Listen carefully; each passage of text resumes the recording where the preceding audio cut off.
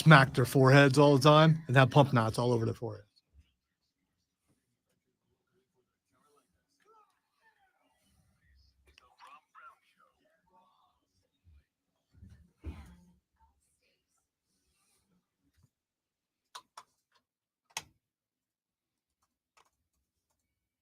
Good morning. Ladies and gentlemen, off we go. It is the Rob Brown radio program right here on the Fan Upstate. Happy Friday, my dudes, my dudettes, my amigos, my amigas. Welcome in. It's spectacular, as always, to have you here on the show.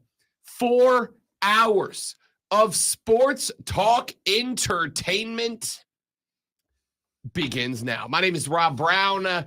I am glad to have you here. Across from me, on the other side of the metaphorical glass, the guy in charge of this and every radio program that you have ever loved.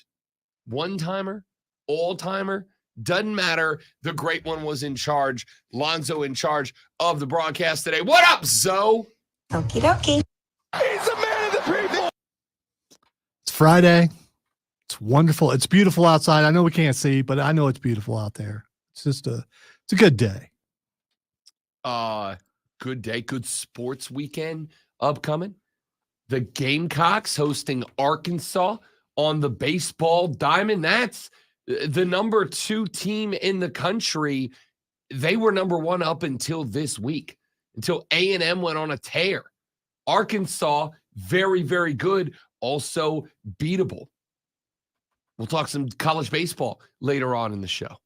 We got to get some basketball. This very evening, ladies and gentlemen, we have got not one but 2 elimination games in the National Basketball Association.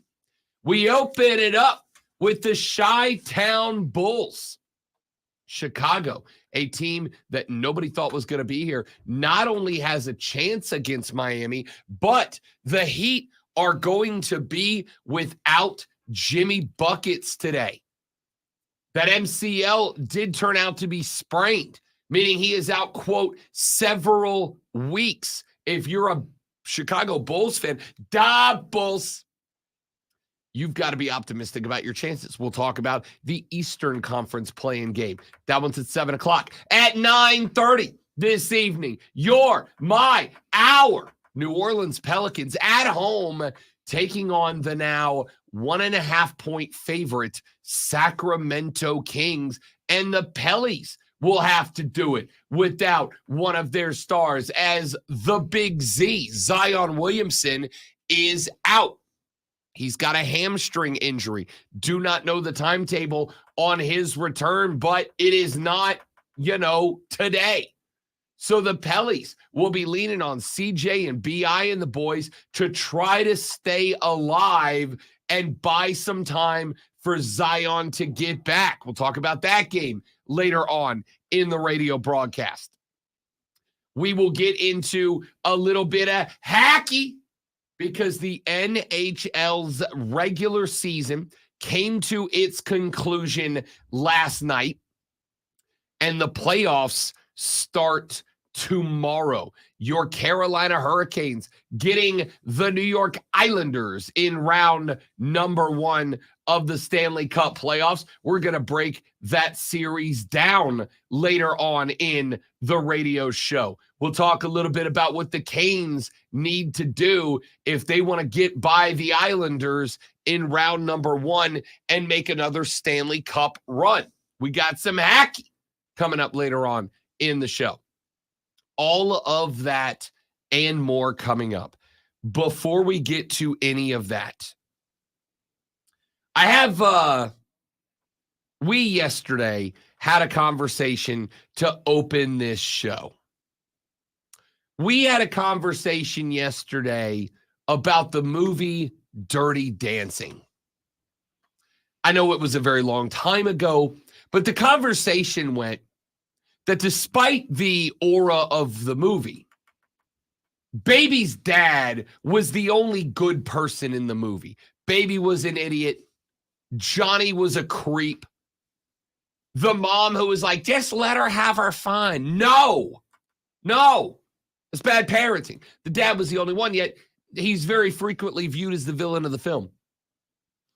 And I got done with the show yesterday and was having a conversation at lunch with a friend of mine and a regular listener to the show. And he said, Rob Brown, you know who else I feel that way about? And I said, I don't. Why don't you tell me? I didn't anticipate this conversation coming up. And he said, Pierce Brosnan's character from Mrs. Doubtfire. Remember Mrs. Doubtfire, Robin Williams, all-time great? I forgot Pierce Brosnan was in it, but he was the stepdad? The stepdad. Okay. Yeah. So you had Sally Fields, of course, who was the wife. You had Robin Williams, who once he basically, because let's be real, he was an irresponsible piece of crap in that movie. Like good dad, his kids loved him, but not like a good dad, right? Irresponsible, broke, wasn't doing good in life. And then he commits effectively felonious fraud to get back into his kids' lives. And it would be one thing, it would make sense if Pierce Brosnan's character was also a piece of garbage, but he wasn't. He was like a stepdad who was genuinely trying. He was taking care of their mom. He was taking care of them. He was working. He was providing. He was kind, respectful, compassionate. He didn't try to overparent the not his kids. Pierce Brosnan's character was like the ideal man, and also Pierce Brosnan, right? Like, what didn't that character have? He was flawless.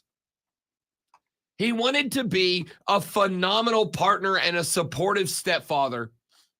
And what ends up happening? Robin Williams' character turns out to be the biggest creep in the history. And this is not a shot at Robin Williams, who is one of my favorite people of all time. Adored Robin Williams. What about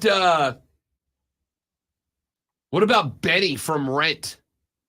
Always kind of viewed as the bad guy. Yet throughout the movie, consistently bent over backwards for the main You finally characters. picked a movie I haven't seen. So this is, Rent. You ever seen Rent? It's like a musical, isn't it? Yeah. It's a movie it's based a on a Broadway play, right? It's a rock musical. But it's a movie based on a Broadway play. It was a is. Broadway play first, I believe. It is also based on an opera from the 80s, then transitioned into a modern day setting, and environment. All right, you had me at 80s. Maybe I need to watch it now. It's a rock musical. Anyway, the concept of the movie is that there is a landlord who has tenants, and he's like, I need you to pay your rent. You live here. I need you to pay your rent. He does everything else for them. Takes care of the apartment to a good landlord. And then he's like, hey, I need the rent. And they're like, let us sing a song about how much you suck. And it's like, no, he's the landlord. That's how this works. Yeah, that's how it's supposed to work. You decide to sign a contract that you're going to live in his establishment. That means you need to pay his rent. Yeah. Like there's a lot of other stuff going on in the movie. Obviously, there's a lot of other stuff that impacts his characters' lives, but like he wasn't a bad dude, made out to be the bad guy. Can you imagine a world in which people sing songs about how much of a piece of trash you are? Not a piece of trash. What style of music would they sing about you, though? I mean, Power ballads. would it be? Yeah. Power ballads. Mine, of course, would be hair metal. So because it should be. Captain Hook. Captain Hook. I would like to remind you all that Captain Hook lost a hand because of Peter Pan. Wasn't like never had a direct interaction. Just wanted to be a pirate and be left alone. And here comes this weird little dude who, by the way, is a kidnapper. Peter Pan is. No. Yes. No, Tinkerbell as the kidnapper. No, she's an accomplice. But no, she's the main kidnapper because she kidnapped him first. Peter I gotta Pan. be real. I don't know the origins of Peter Pan. Yeah. Tinkerbell is the worst, taking kids out of their families just because they had a bad day. That's what Pete does. That's what old Pete does. No, it's Tinkerbell. It's her magic. She did it first. He's an accomplice more than she is. I did not know you were a connoisseur of Peter Pan lore. Well, I hate Tinkerbell. So Tinkerbell cost me something near and dear to me. So, but anyway. No, not so anyway. What? Yeah, the brackets are done. I will never do another one because there was conspiring. There was politics on a show where politics do not belong, and because of it. And, I expected the new crew to be like the old crew, and they are not. And so it's done because I will not have politics on that show. But in the end, and I mentioned this many times, Tinkerbell is a kidnapper. She is a bad fairy. Listen, nobody cares about that. I need to go back to what you just said. How were politics involved rigged in election. A bracket about sidekicks? It was a rigged election, and I'm not gonna stand for that. Was it a rigged election, or did you put 9 Robins into the sidekick bracket and you didn't get one through? By the way, I never thought Robin was going to win. I thought that Harley Quinn was going to win, and she got eliminated early. Wasn't about that. It was the smirks, the conspiring behind, and they got the Cameron. And because they got the Cameron and they got him to do something that I knew was totally against his character, when he picked Tinkerbell over Robin, that was it. It was done. See, you're laughing, and I'm still mad about it because something that I created and really enjoyed for 9 years got taken away from me because of politics. That's why I hate politics so much. Okay. That's why I don't want to talk about politics, why I can't stand politics. When it can get to my children, it makes it even worse. And because I will never do a bracket again. Now, hang on. All right, so for those of you, let me clue you in, because I didn't know we were going to go here, but here we are with the Hell's Friday. Yeah, I would prefer that we didn't go here because I'm as mad as you've been all week. We're ingrained. We're here now. And I gotta get the story here. For those of you that do not know, Lonzo hosts an absolutely spectacular show on Saturday evenings called the Upstate Pulse. It is as I have deemed it, the greatest nerd pop culture show. All right. A little bit of everything. They sprinkle every nerd pop culture thing into the show. It's phenomenal. They've got Odie on the show, Cam on the show, Lonzo's on the show, and then a recurring cast and crew. Matthew's on the show, and then a recurring cast and crew of other characters who stop by every now and then. I would like to say including me, but it's been a very long time. I'll be back soon, by the way. Hockey season's coming to its conclusion. Saturdays go back to being free. So every March, as do all the great shows, Lonzo runs a bracket. What was last year's contest? Villains. Best villains. Phenomenal bracket. A lot of different ones. So this year, won by Palpatine, by the way. Great pick. Well, Palpatine up until the most recent trilogy, and then it turned into a pile of crap. But before that, great pick. You don't have an evil choir singing behind you. Somehow Palpatine returns. Shut up. It's called cloning, dude. Shut up. Cloning exists in our world. Then say that. Somehow. They do at the end. That was a surprise. That's why. Come back. All right. So Lonzo runs a bracket. This year's bracket was best animated sidekick. No, sidekicks from comics, from animated movies, and animated TV shows. So best animated sidekick. So comics are not animated, so it's not.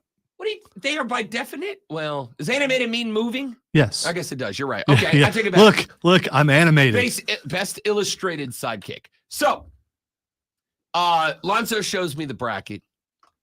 There's like 4 different versions of Robin on there, which is Lonzo's favorite sidekick. So I would argue you tried to rig it before it even started. Did not. But when you're going to put sidekicks together, you have to put the original sidekick. Even Rob Young from Borderlands Comics and Games said Robin should have won this. I never thought he was going to win it. You know why? Because of politics. Okay.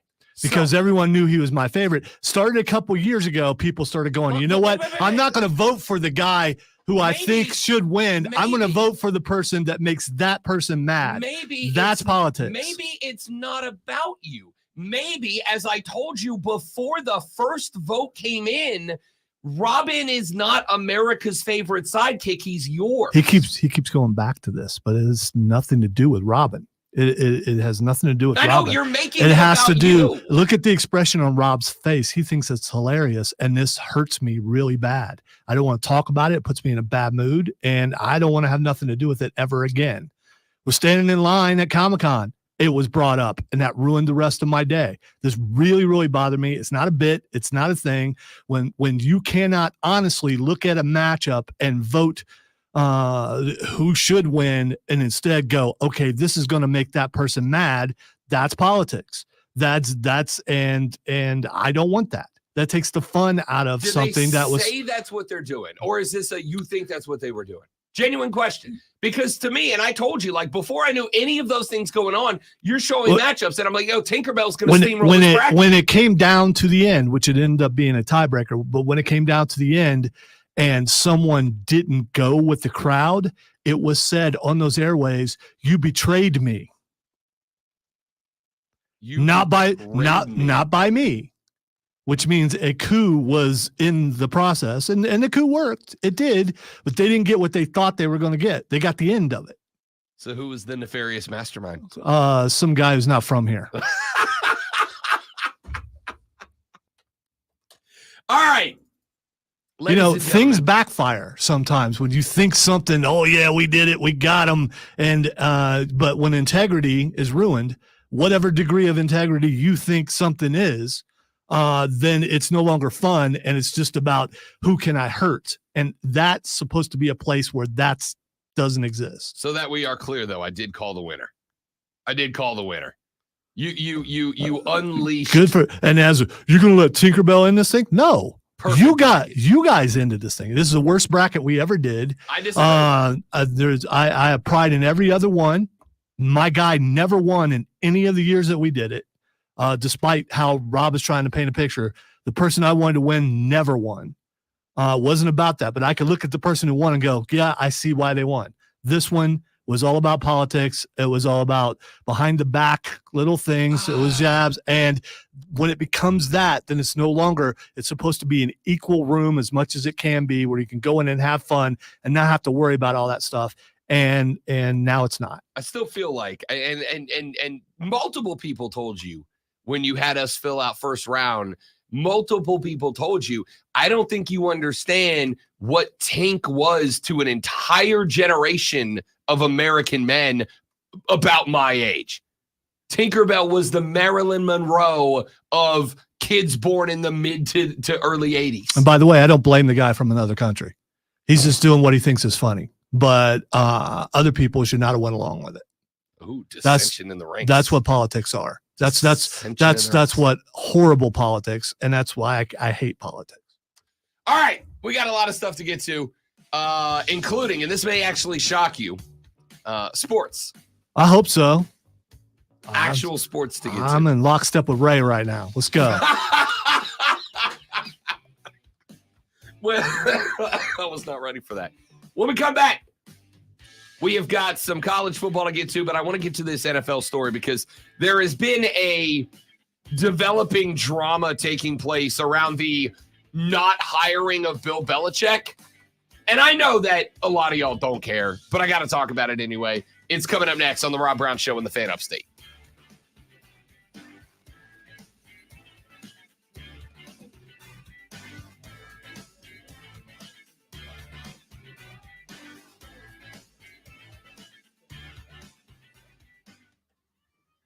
I got an email that said, do you have questions about your upcoming retirement? And I take that as a personal insult. Welcome to AARP. That hurts my feelings, internet. Slight chance for an afternoon shower Saturday, upper 70s, then rain likely on Sunday. I'm meteorologist Michael Carroll on the Fan Upstate. Right now it's 64. I love a beautiful lawn. I hate doing lawn care. That's why I use True So we got another notification about one of our shows being muted, and it was Real American again and Russia again. So they're still listening. Yeah. So I don't know if it's like So our show where we were making fun of Russia for being flagged for Real American got flagged for playing Real American. Yes. Cool. Like that. eBay Motors is here for the ride. 120,000 miles of night drives, daily commutes, and who knows how many. Through countless fixes, elbow grease, and a new radiator, you kept your ride alive. With eBay Motors, you have over 122 million parts to keep. Joycey Joe. Welcome in, buddy. Perfect fit every time. Plus, at these prices, Ah, yes, Teacher Workday. Always loved the Teacher Workday. Parents, not so much. Well, where's the fun of it if you don't have to go to school, but your mom or dad stays home? Although it could be fun. Joe's probably a blast. 650 million vehicle scans verified by ASE certified master technicians. And if you need help, we can recommend a shop for you. Ask for O'Reilly Veriscan today.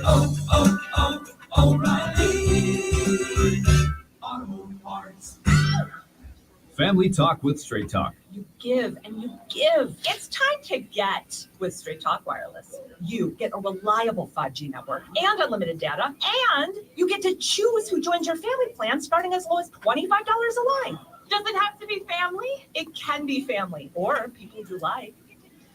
Get more lines and more savings. Switch to Straight Talk for family plans starting as low as $25 a line per month for 4 lines. Find us at Walmart and StraightTalk.com. For network management practices, visit StraightTalk.com. Family plan discount with 4 lines, all on the Silver Unlimited plan. Taxes and fees apply. Sponsored by Mount Valley Foundation Services. Are your floors sagging? Are musty smells reeking throughout your home? Contact Mount Valley Foundation Services. The crawl space repair. Use the phrase shoot pregnancy today.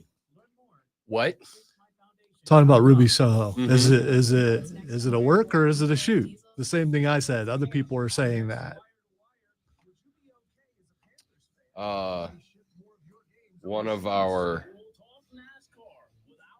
discussion topics this morning said that they will not be at our meeting next week, and I'm bummed about that.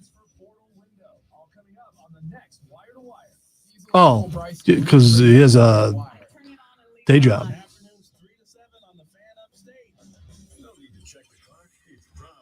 Ooh, pasta. That sounds like that's hard, Joe. Nice. Pasta has a lot of weight to it. Pasta's a hard eating food.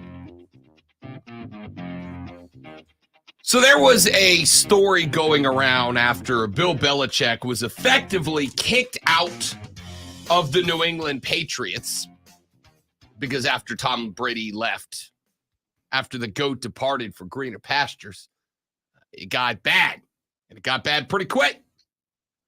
So Hoodie got let go. Hoodie rides off into the offseason and said, yo, I'm not done. I got more to do. I got more I want to accomplish in this league. I'm still Bill freaking Belichick, yo. And then he got interviewed by one football team, the Atlanta Falcons. And based on the hiring that the Atlanta Falcons made, I kind of think that was more of a, let's just have the conversation and see if there's anything that we can pick up from the Hoodie, than it was, yeah, we could see ourselves being coached by this guy. I can't wait for the accept because I know about the accept. You know about the accept? The phone calls. Aha. Yes. Yeah. So Bill gets the interview with Atlanta, and for a hot minute, there were a lot of Falcons fans who thought, the Hoodie, a 6-time Super Bowl champion winning head coach, is going to come down to the ATL. We've got all this offensive talent. We let Hoodie pick his next QB, and we've got a chance. Except there's a story going around right now that Bob Kraft, the owner of Bill's former team, the New England Patriots, according to sources, actively, I love this word, torpedoed Bill Belichick's efforts to become the new HC in the ATL. There was a report dropped, by the way, on ESPN, of all places, that Bob Kraft apparently called Arthur Blank, the owner of the Falcons, not once, but twice, and said, don't hire this guy. You can't bring this guy in. He's not the dude. ESPN, quote, in a conversation with Blank, Arthur Blank, not like anonymous. Not fill in. Yeah. Okay. Yeah. Fill in Blank would be a great wrestling name. In a conversation with Blank, Bob Kraft delivered a stark assessment of Belichick's character, according to a source who spoke to two people, a close Kraft friend and a longtime Belichick confidant. The source quoted the Belichick source as saying, Robert called Arthur to warn him not to trust Bill. That account was backed up, the source said, by the close Kraft friend. Multiple sources said that Kraft spoke with, quote, some candor, end quote, to Blank about Belichick, though the sources declined to elaborate. One source close to Belichick said Kraft was, quote, a big part of why, end quote, the Falcons passed on hiring him. And this is interesting to me.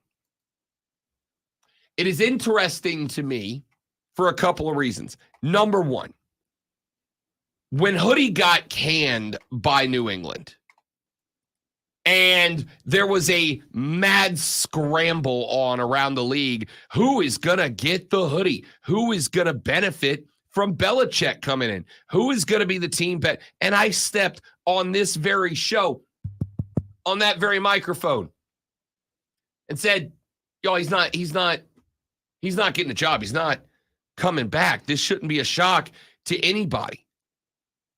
I'm not saying the game has passed Hoodie by.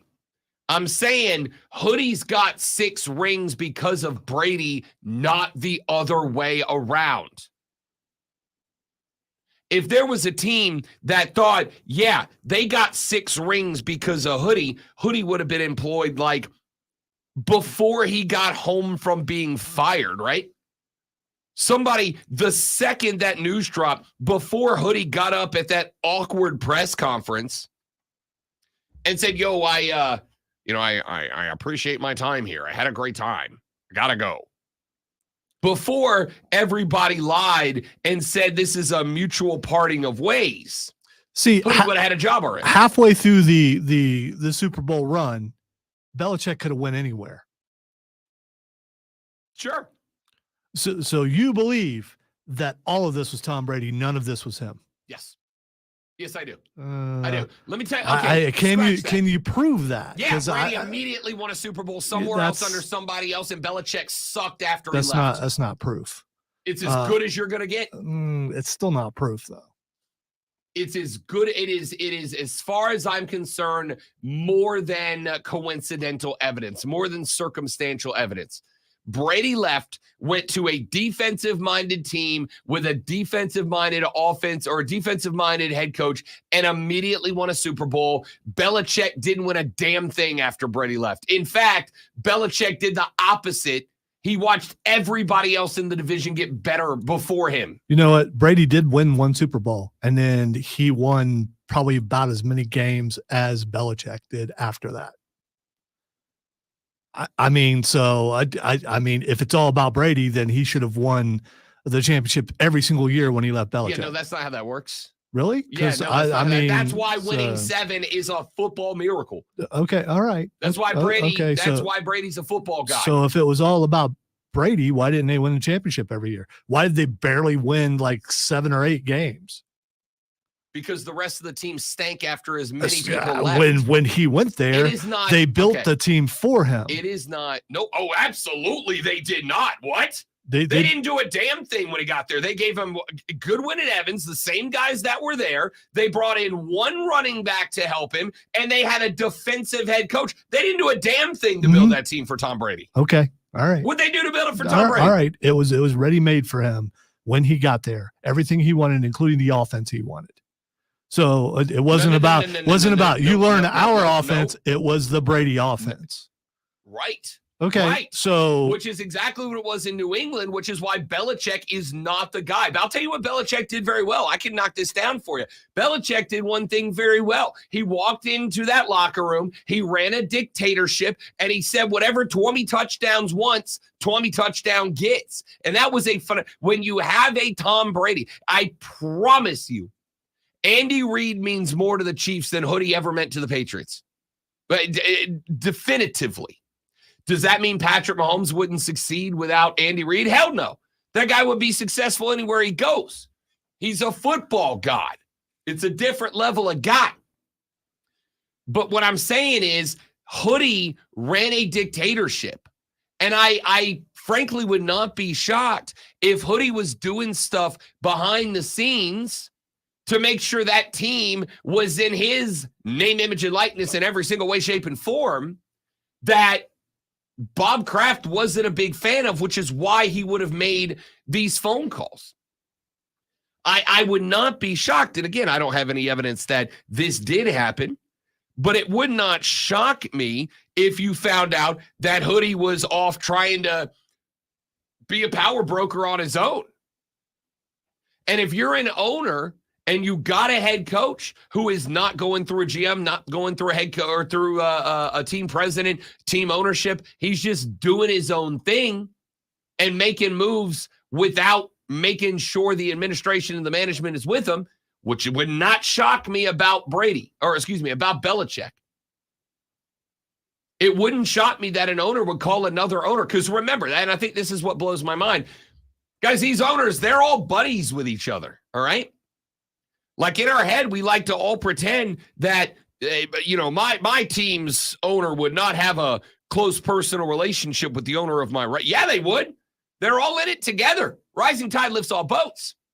So for the owner of the Patriots to call the owner of the Falcons and go, hey, look, I know this guy's got a bunch of rings, but what he's doing and how he's done it and how he's doing it, it will sink your team. Doesn't shock me. Bill Belichick is not owed anything for 6 rings. Not owed anything. And teams don't want to sit around and go, hey, we'll tank for a couple of years. We'll be bad for a couple of years. But we got Hoodie here. That's not going to be it. I don't know why anybody's shocked by this report. Let's take a break. We're back after this. Rob Lonzo and you. The Rob Brown Show rolls on. It is the Fan Upstate.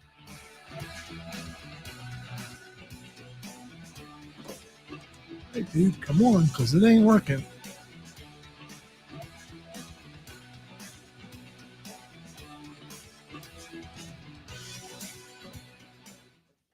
Someone is supposed to have something in, and it's showing that it's not there. And he's telling me it is there, and it's not there.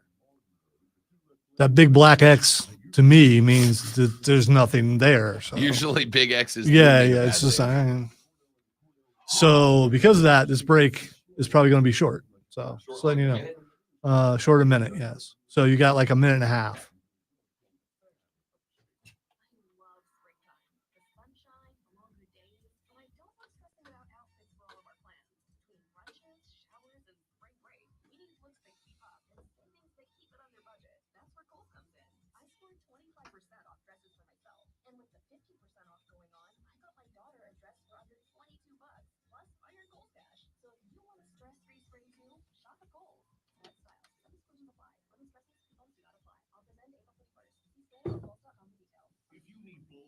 To boost your business, but you're on a budget. Think Staples. Posters, flyers, signs, and menus for less. Think Staples. Staples can bring anything you need to move. It just got in. But because I moved it and someone is paying attention, they will notice that it got moved. I mean, it wasn't there. Right. What are you going to do? I don't want anyone to get in trouble. That's what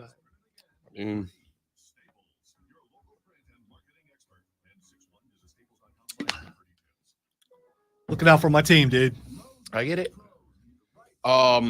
Whether I be in charge of that team or not. Lordo can't make it today.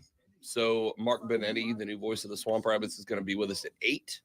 And then Tyler Pollock from the Triumph right after him at 8:20. Okay. So I have to get out on time for the last 7 o'clock break. And then we need to cut Benetti at 8:17. We need to call Mark, Tyler will call us. Okay.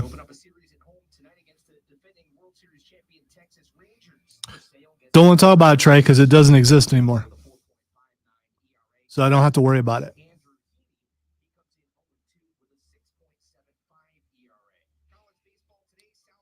And what someone calls stubborn, others call steadfast, I will say that I am steadfast. I would And say stubborn people call it steadfast. yes, well, my show, not happening anymore.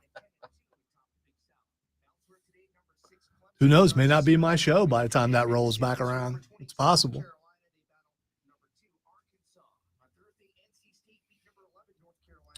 Current crew not as good at debating or truly discussing the topics because they're not into them as much. So I was more entertained when you and Chris were in the office doing it.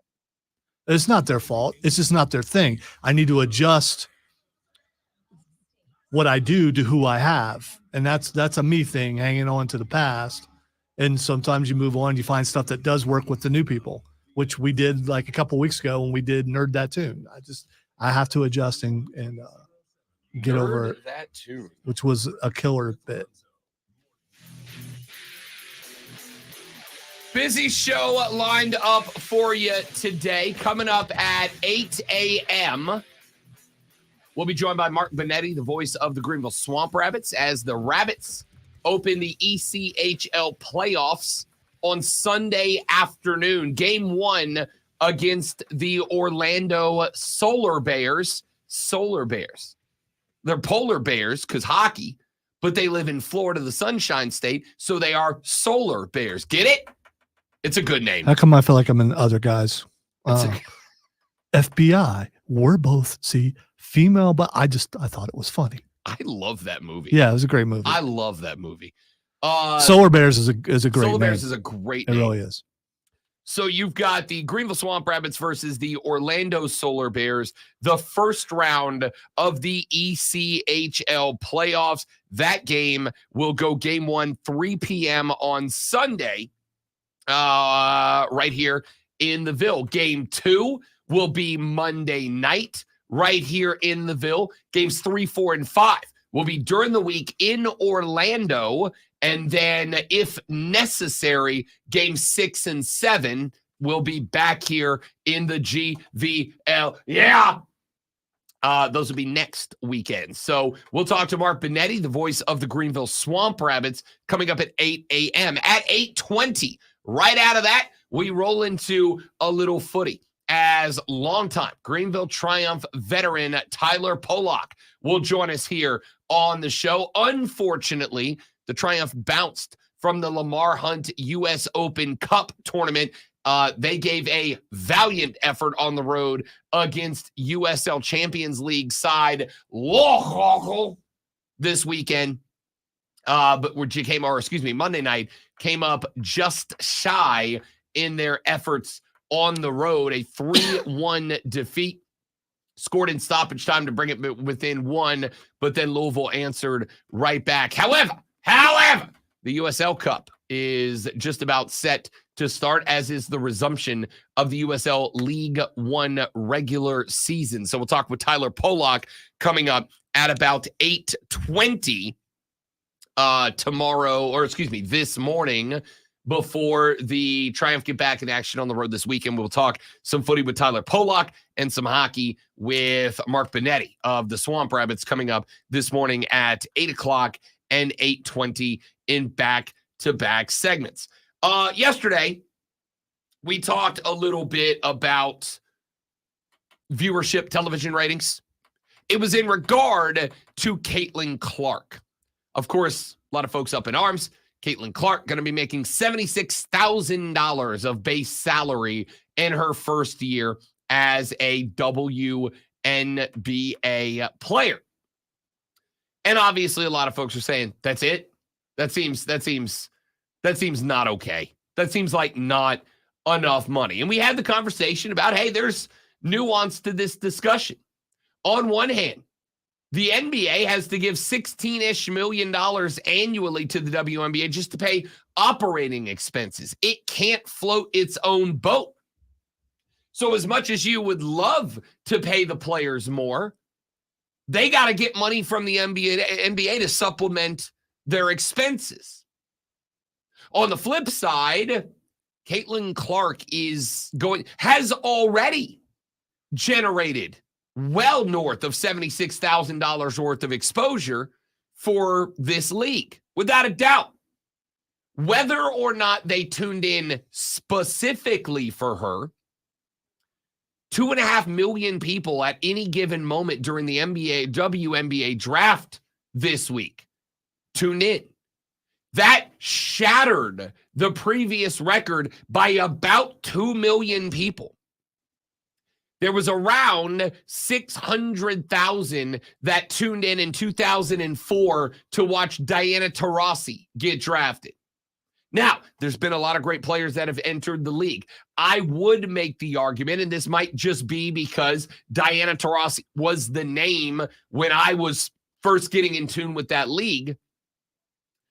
Diana Taurasi was the closest thing to Caitlin Clark before Caitlin Clark. A lot of great players. Candace Parker, Asia Aaliyah out of South Carolina. But the closest thing I can remember to a Caitlin Clark before Caitlin Clark was Diana Taurasi out of UConn. That UConn team was something else. And they had less than or right at 600,000 people tune in for her draft. 2.5 mil tuned in this week to watch this year's. Now, am I going to say that is exclusively for Caitlin Clark? No. I'm sure there were a lot of folks around this area that tuned in to see Camila Cardoso get drafted. I'm sure there were a lot of folks down in Baton Rouge, Louisiana, that tuned in to see Angel Reese get drafted. I'm sure there were a lot of folks out in Southern California that tuned in to see Cameron Brink get drafted and Rakia Jackson get drafted. I'm not going to say it was exclusively because of Caitlin Clark, but I also think it would be, frankly and respectfully, kind of silly to say she was not the number one variable in that equation, the number one factor in a 2.5 million person audience, the biggest audience of all time for a WNBA draft. So we got into the discussion about why people watch sports. I have made the argument for years that we, as Americans, we love our team, but outside of our team, we love superstars. America. Correct. Outside of our team, we love superstars. I love the New Orleans Saints. Was wrapped in a blanket with fleur-de-lis on it when I was born. I am, by definition, born a Saints fan. But I watch every NFL game. However, I tune in to watch Lamar. I tune in to watch Patrick. I tune in to watch superstars. Now, I appreciate a good team. I love a good team. But America, by and large, is a country that has individualism ingrained in our DNA. We love a superstar. Caitlin Clark is a superstar. It is also the reason that earlier this week, when the NBA announced that in-person attendance was up 1.4% this year, my brain immediately went to the PPP, the Player Participation Protocol. I think that's got to be considered, if not a primary reason for it. League attendance this year, according to the NBA, was 22,538,518 fans across the year. That is the second consecutive season in which the NBA has set a record. There were 873 sellouts this year. That is 71% of every regular season game played in the National Basketball Association. That is a record. There was an average attendance, game by game, of 18,324. That is a record for the NBA. All of these numbers are up. So, based on the numbers, 98% capacity for the NBA. Of every seat that could have been sold across every game season-wide, 97% of seats had a butt in it. That's pretty spectacular when you think about the fact that San Antonio exists. When you think about the fact that there were some real bad teams in the league this year, they're still drawing. And I think the reason why connects to another conversation that we had yesterday, which is the fact that we love a superstar. I'll give you a perfect example. A couple of weeks ago, I went up to Charlotte, North Carolina, and went to a Hornets game. In town were the Beantown Celtics. Best came down from Fenway Park. That's not where they play. I know. I just like saying it. From Baston Gadden, the Seas came down. The Seas had locked up the Eastern Conference's number 1 seed weeks ago. They come to town, and who's on the court? Kristaps Porzingis, Jason Tatum, Derek White, Drew Holiday. They're frontline guys. Jaylen Brown didn't play because he was dealing with an injury. But based on the fact that everybody else did, I got to work under the assumption that if he was not injured, we'd have got him too. Beantown came down. They played their fives. And while it was not a complete sellout on a Monday night in Charlotte, North Carolina, it's pretty close. You really had to squint your eyes and look around the arena to find more than an empty chair here and there.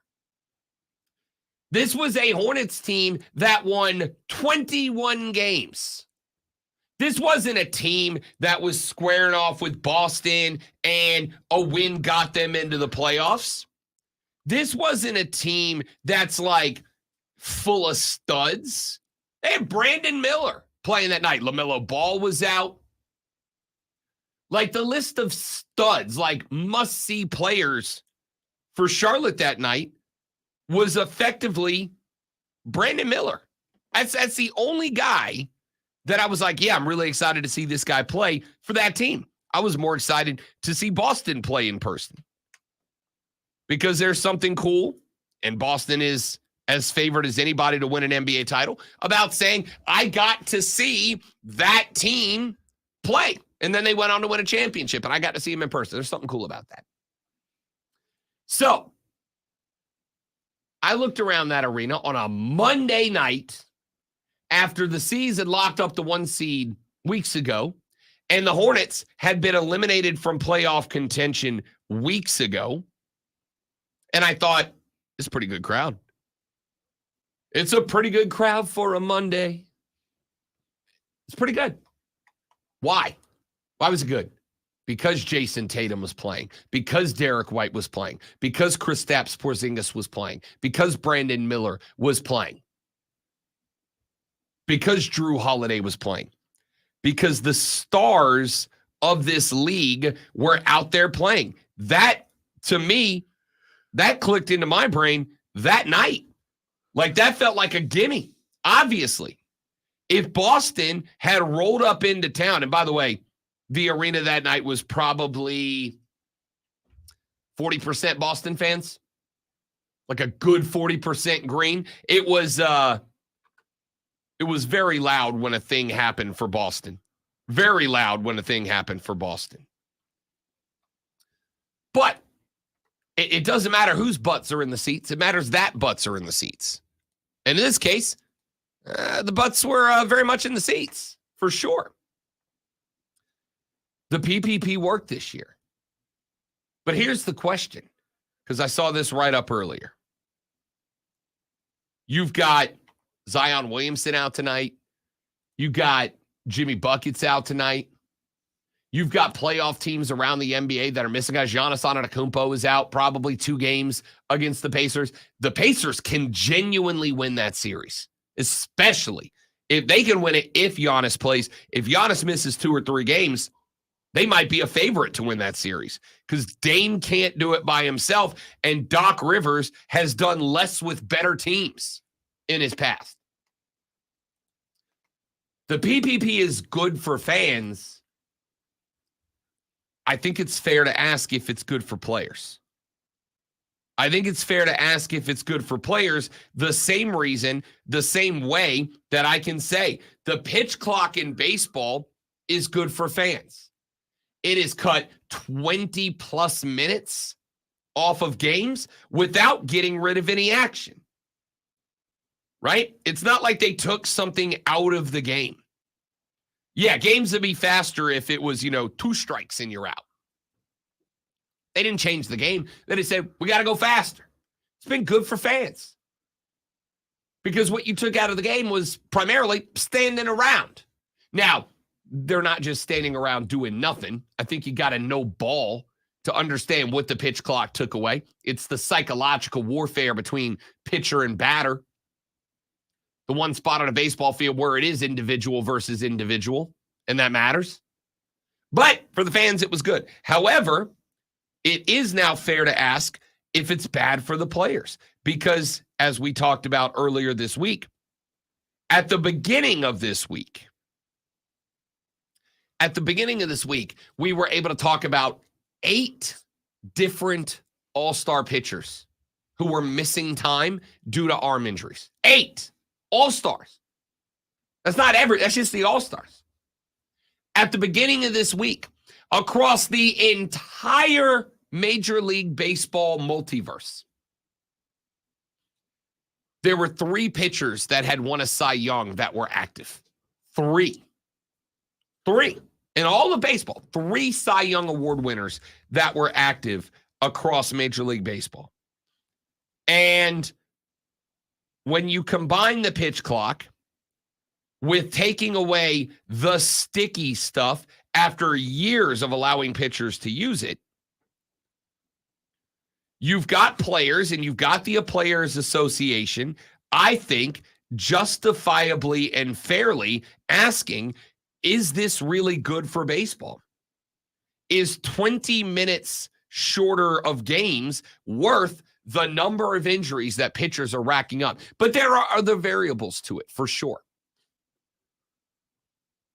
Monitoring pitch counts, speed, the impact of how fast and how hard guys are throwing baseballs. Cody Decker, my co-host on Saturdays, loves to point out that if you pick any given roster from like 2001, 2002, any given roster, you got about a 15% chance that somebody on that roster could throw 100 miles an hour. Now, you pick any given roster, there's a 100% chance somebody on that roster throws triple digits on the speed gun. That changes things. So much more pressure on the arm. So I asked the question on Monday, is it worth it? Is there a spot where making the game a better television product, a better in-person product, is actually bad for the game? I think baseball has arrived at that conversation. And now I wonder, with the PPP and the NBA going into place where guys have to play X amount of games to be considered for individual awards, if it's not forcing some of them who want to be MVP or Defensive Player of the Year or whatever, if it's not forcing them to play more than their bodies can play at a point in time where the game's as physical as it's ever been in terms of strength and size, when you have all these superstars around the league that are all hurt leading up to the NBA playoffs, I think it's a fair conversation to have. And speaking of conversations, this is not one. This is Lonzo talking to you and enlightening you with this Sports Flash. You're welcome, people. 2 teams will go to the playoffs. 2 teams will go on. The NBA play-in tournament concludes this evening with a doubleheader that starts at 7 p.m. when the Chicago Bulls travel to Miami. The Heat will be without star Jimmy Butler after he sprained an MCL. The Pelicans will host the Sacramento Kings. at 9:30, and will also be without their star. Zion Williamson will miss the game with a hamstring injury. The winning team of each will become the 8th seed in their conference. The Gamecock baseball team faces their toughest test of the year as they start a 3-game series against Arkansas this weekend. Number 2 ranked Razorbacks are 30-5 and just dropped from the number 1 spot this week. First pitch tonight is scheduled for 7 p.m. with a 3 p.m. start tomorrow at 1:30. First pitch Sunday. Tune in this afternoon from 3 to 7 p.m. for our brand new show, Wire to Wire with Cole Bryson and Diesel. It's an amazing thing.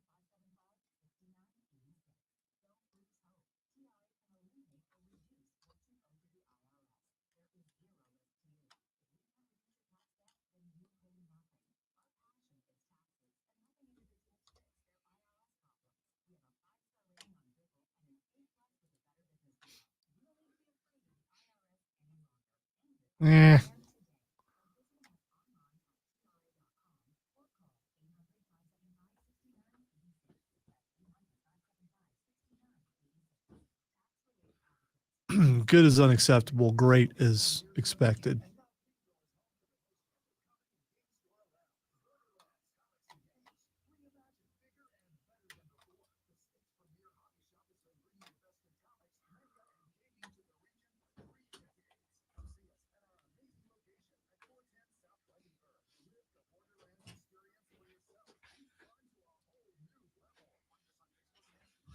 Zach, good morning, buddy. Welcome in. James, Diggs, good to have you guys. Keegan, oh, look at Keegan's in the house.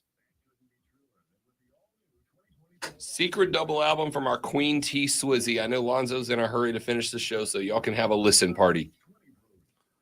I thought that goes without being said. Yeah, I'm not. Listen, if you don't think Tay-Tay's getting banged out on the speakers the minute we get back to the Fortress of Nerditude. Sad white girl songs? I'm in. Let's go. I don't know why they have to be race specific, but yeah, it's going to be an amazing time in the office today. Tay-Tay listen party.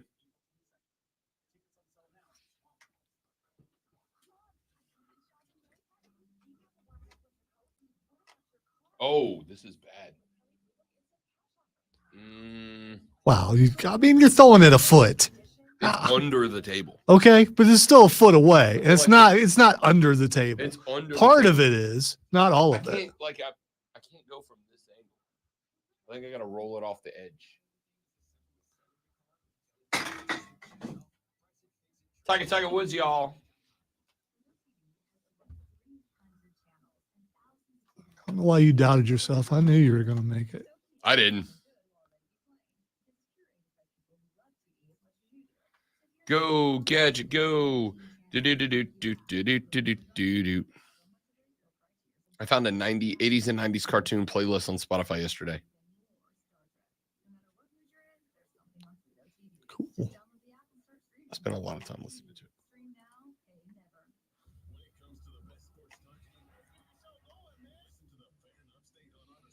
Did you hear anything you forgot about? Not forgot about, but maybe like have not thought about in a decade and a half.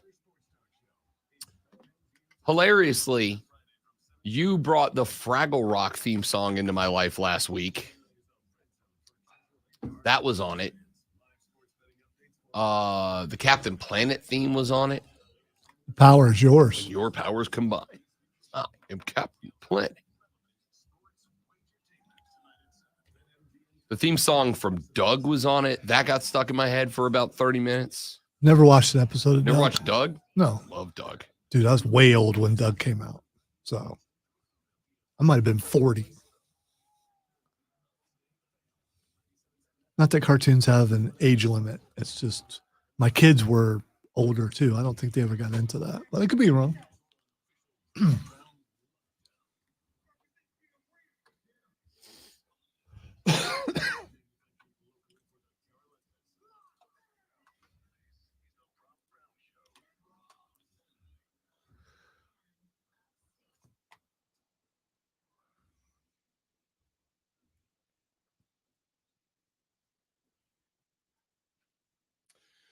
And away we go with our numero dos. Ladies and gentlemen, welcome back. It is the Rob Brown Show. It is the Fan Upstate. Great to have you, my friends. I am Rob Brown.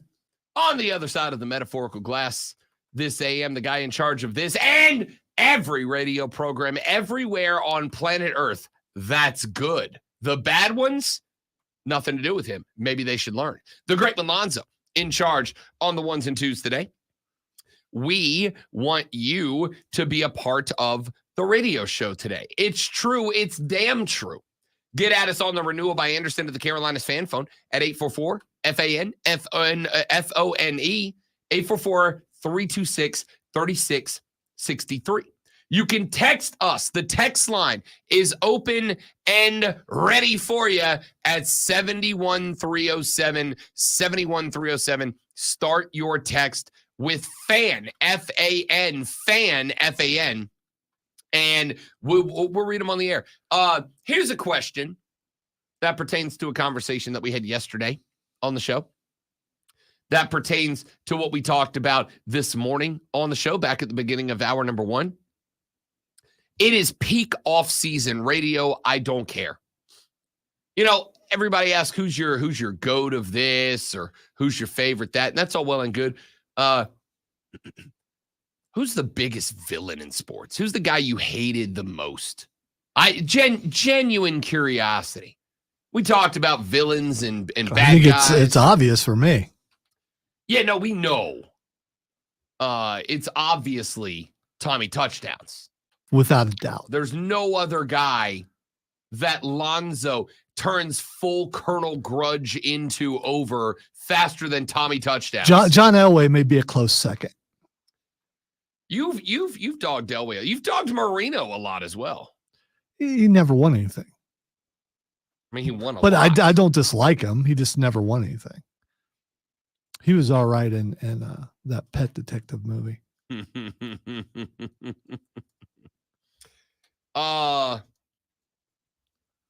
Marino not good on when he was on the panel for pregame. Never, just seemed a little haughty. But other than that, some people are that way. So who? But Elway sucks. So does Tom Brady. How does Elway suck? Look at him. The Brady thing I get. The Brady thing I understand. Elway, I don't agree, but I get it. The Elway thing you should get also. I don't get the Elway thing. Who back when I first became a Chiefs fan, Yep. who was their biggest rival? I mean, I'm assuming obviously it Denver. was the Denver Broncos. It was Denver, and it was Elway. I mean, so many shootouts on a Monday night, especially between he and Joe Montana when Joe Montana went to the Chiefs. Joe Montana was your quarterback, you idiot. By the way, I found out yesterday I was watching Rich Eisen that Superman is a big-time Kansas City Chiefs fan. When Henry Cavill came here, according to Oh, the I thought thing you I were watched. saying like in canon. Well, no, what he said was he wanted to get into American football, and he was Superman at the time, and he wondered what team would Superman be a fan of. And this was before Patrick Mahomes. That's a hell of a way to pick a team. Yeah, it is. And so he picked Kansas City. I respect it. And he's been on the sidelines and everything. So I respect it. I think that's really cool. See, here's why the villain thing's interesting to me. And we're coming to the water cooler cheat sheet here in just mere moments. Stick around.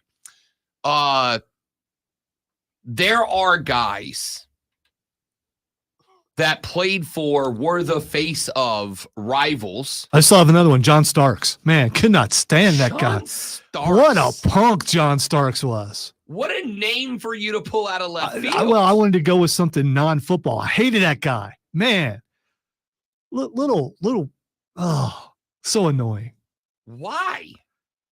Because the Bulls going up against them all the time. And he just was that guy. He was that annoying guy that every team has, but he's punchable.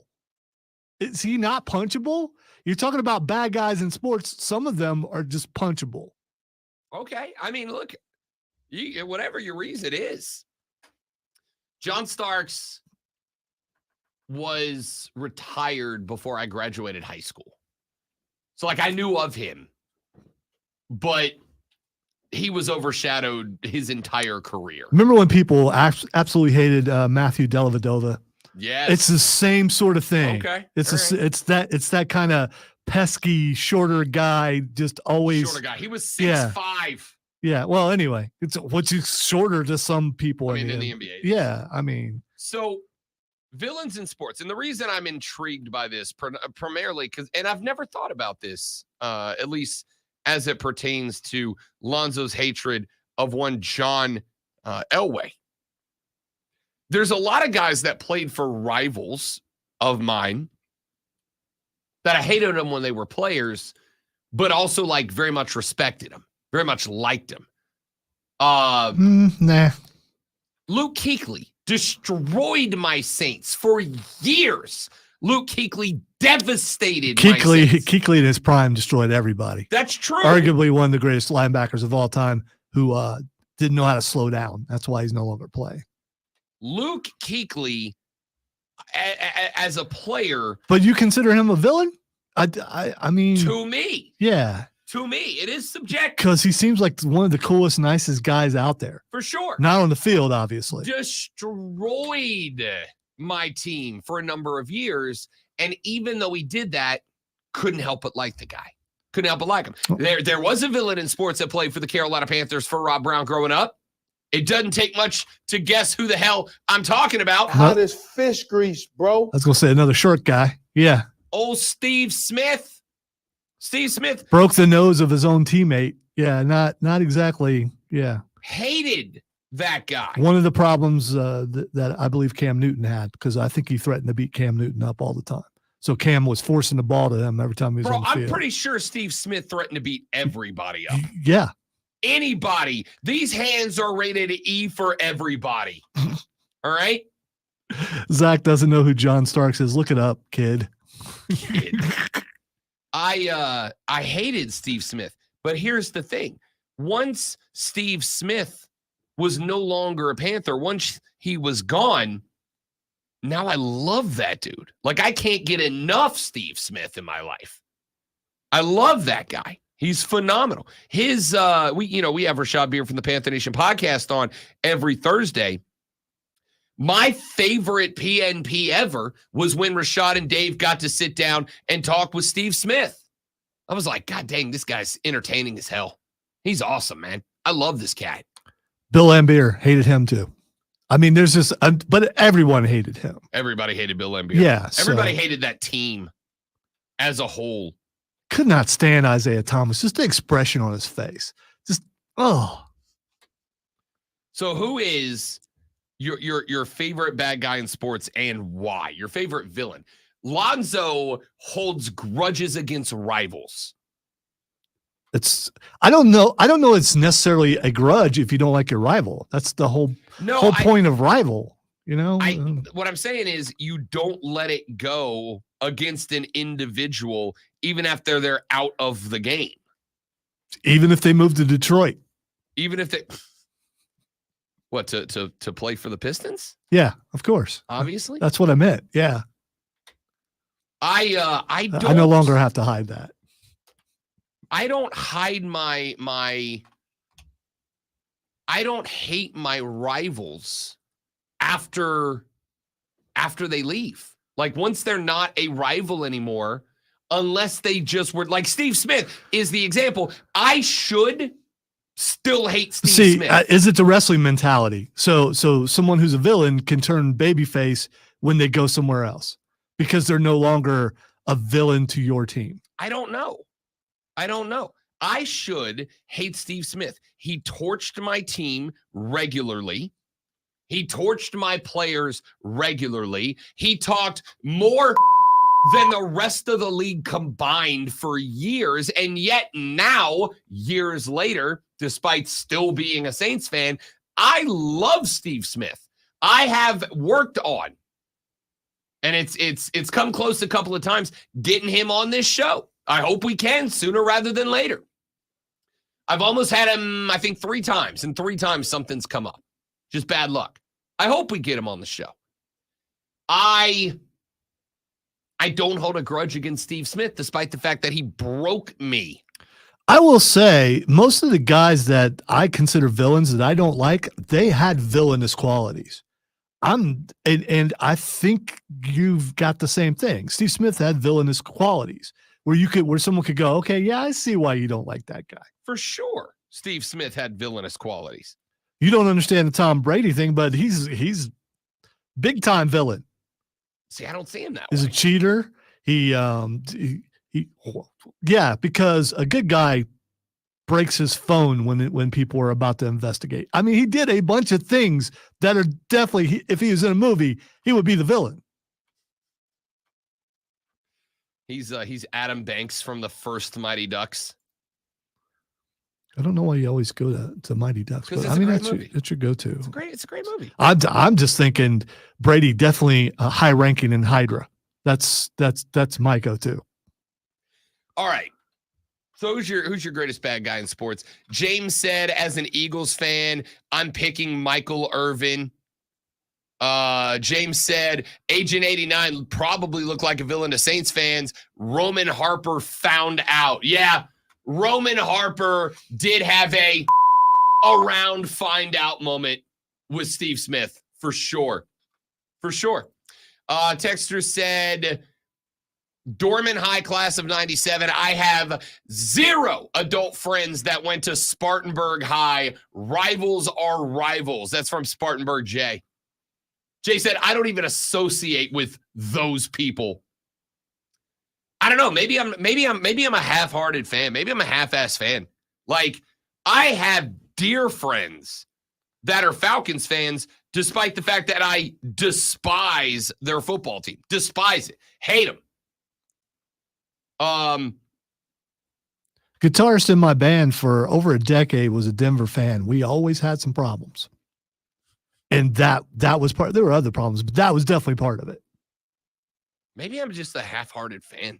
Maybe I'm not as big a sports guy as I thought I was. Ooh, Russell, I haven't seen The Departed, but I'm pretty sure that Rob has. It's a good movie. So is that an apt comparison? It's not unfair. It's really not unfair. All right. It's really not. Text just said, my biggest rival in sports, Skyline Chili. Thanks, Jason Kelsey. Good text. Good text. Skyline Chili is a rival of mine for sure. Text just said, this is Marvy Marv, probably going to call me crazy, but I hate Michael Jordan. Great player, but I hate him. I actually am not going to call you crazy for that. Yeah, especially if you were not a fan of the Bulls and you didn't like all the hype and everything that he got, and he beat everybody's team. Yeah. So, I mean, that would make you not like someone. Everybody got the smoke from Mike.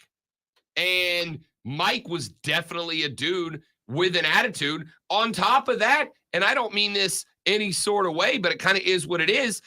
It's been proven over and over again. Mike Jordan, not a great guy. Yes. Not a great guy. But a great smile. And you know, some villains have those. Not a great guy. Certainly, if he ain't the GOAT basketball player, he ain't any further down than 2 or 3, depending on who you ask and how old they are. I don't have an issue with you hating Michael Jordan. He was a hateable character. I think the reason Mike resonates so much with guys my age and slightly older was because when Mike was at his peak, when Mike was at his prime, most of us didn't really have a team yet. You were still kind of in that developmental stages as a fan. Like if you came from a family that was like a hardcore Boston fan, hardcore Knicks fan, you might have, but the majority of people my age at the point that Mike was Mike, we hadn't assigned ourselves to a fandom yet. Have you noticed something though? The villains that have been named are only football and basketball. I've gotten 3 Bryce Harpers so far. of course, if you are He an Atlanta- plays baseball, he right? does play baseball for the Okay. Philadelphia Phillies, as a matter of fact. If you're a Braves fan, you hate Bryce Harper because he's a Braves killer. In fairness, he's an everybody killer. Everybody the Phillies have lined up against in the postseason, Bryce Harper has broken hearts more than he hasn't. I know someone who you can't stand in MMA. And now, Connor? yeah. Do you consider him a villain for Yes. you? Okay. All right. I don't consider him a villain for me. I just consider him a villain.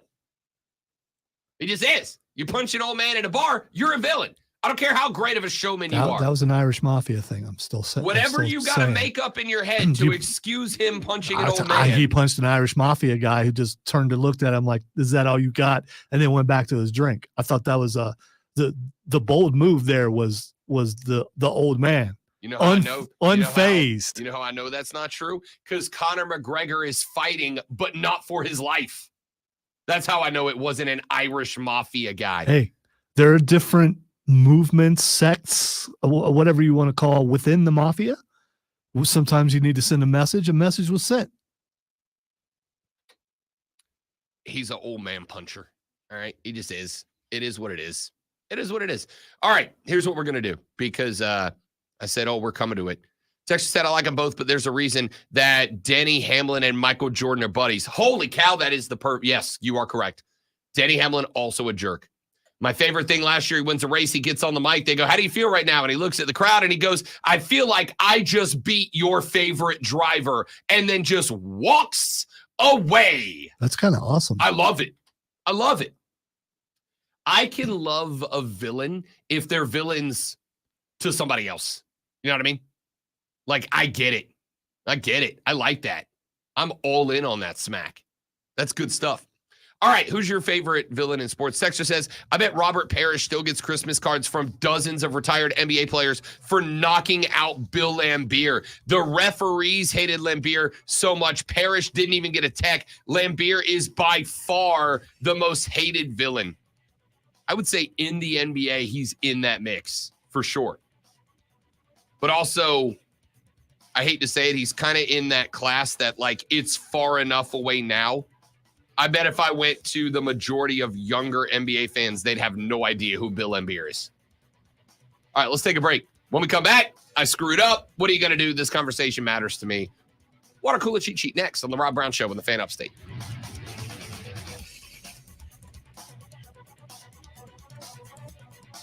Is Tom Brady Zoe's Lex Luthor? He's probably as rich as Lex Luthor. 20 touchdowns. Tommy. That would make me Superman, and I am not.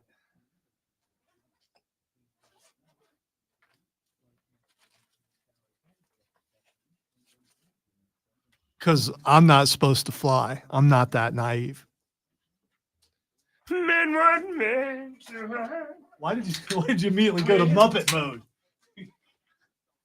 All right, guys, be right back in 30 seconds. Don't go anywhere. We shall return briefly.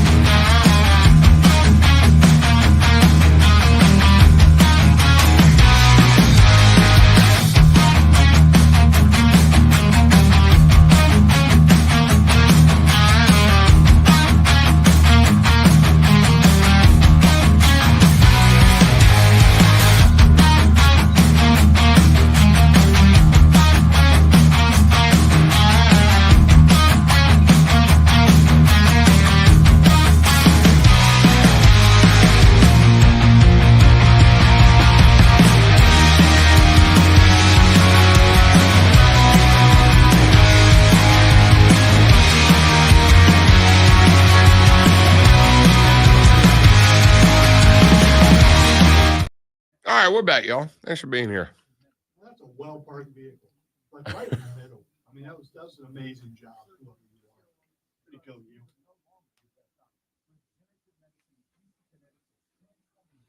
This morning, I was getting off where 85 connects to 385, and then it loops around to the Woodruff Road exit. You know what I'm talking about? And they have that like 100-degree loop that you spin around while it goes that way. And I got off. Yeah, I won't go on that thing. I freak out. I get off on it. And the speed limit goes from 65 down to 55. There was a car in front of me doing 22 miles an hour around that turn. Scary. In my head, I was trying to manifest the powers of Magneto to lift it off and fling it off into another galaxy.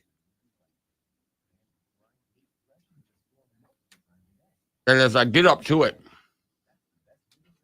driving is like a 90-year-old lady who's like this with the steering wheel. And I'm like, you should not be driving. I'm sorry. What are we doing here? People do have a hard problem with the concept that when you're entering the freeway, you actually need to speed up. Yes. I have that problem every single day with other people. I don't have that problem. Well, actually, I do because I can't speed up because they're not speeding. And almost always, you look in your rear view and there's this wall of cars coming. I'm going to like, hurry up. I'm going to lose my first bid for the presidency because one of my platforms is going to be that everyone should be forced to retest for their driver's license every other year. Every 2 years, you should have to retake the driving test in order to keep your license. I think I can pass the driver's test. The written test, I don't know anymore. So the written test is not that hard. I'd have to study. I would even be fine. I would have to study a little bit. I would even be fine with, you don't even have to pass a written test. You just got to get in a car with an unbiased judge who does not care about your age, creed, race, or gender, who goes, you suck at driving and you're not allowed to do it anymore.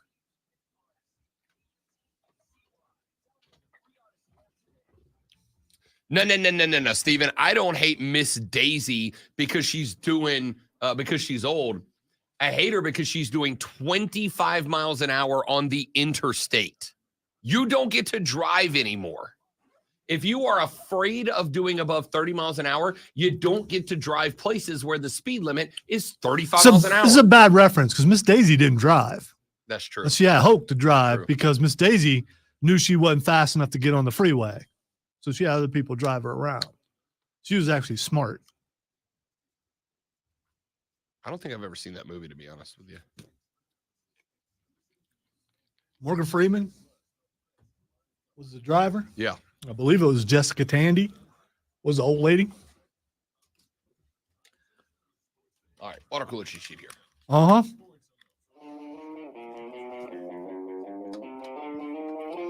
Listen, you're still within that hour until it's time to get to the office. It's time to start replying to those emails. It's time to, work. And then after like 13, 14 minutes of that.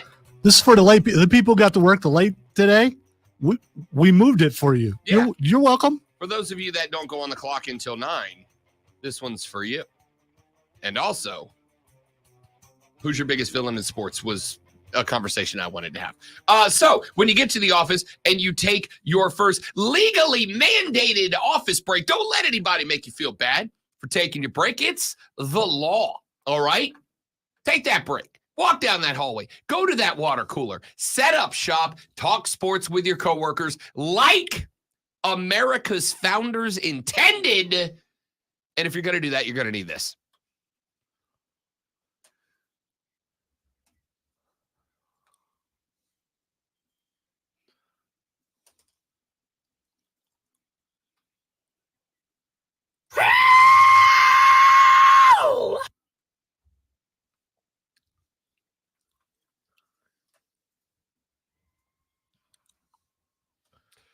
It's the water cooler cheat sheet, the top 3 sports stories that you need to know before you get to the office and start talking sports with your coworkers this morning. If you're going to do that, you're going to need this. Let us jump directly into Item number 1.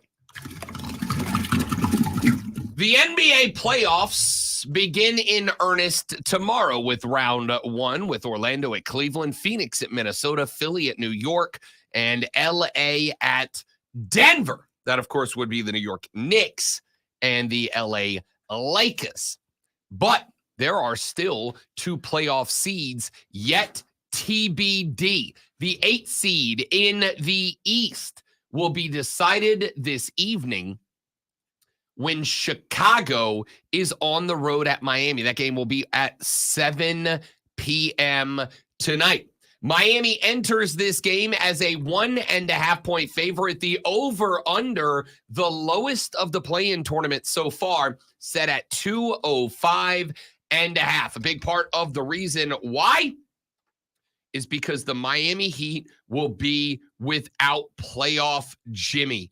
Jimmy Buckets has a sprained MCL, which will require him to miss multiple weeks of action. Jimmy Butler gonna be sat down with that sprained MCL. Of course, the last couple of years when Miami has made playoff runs, they have done so in no small part thanks to Jimmy Butler finding another gear. Now Miami, led by Tyler Hero, will have to figure out how they're going to get by. Be your hero, baby. He's going to take like 93 pointers tonight. It's going to be a mess for the Heat. What if he makes, like a third of them? Then they will win and move on because Chicago is still not good.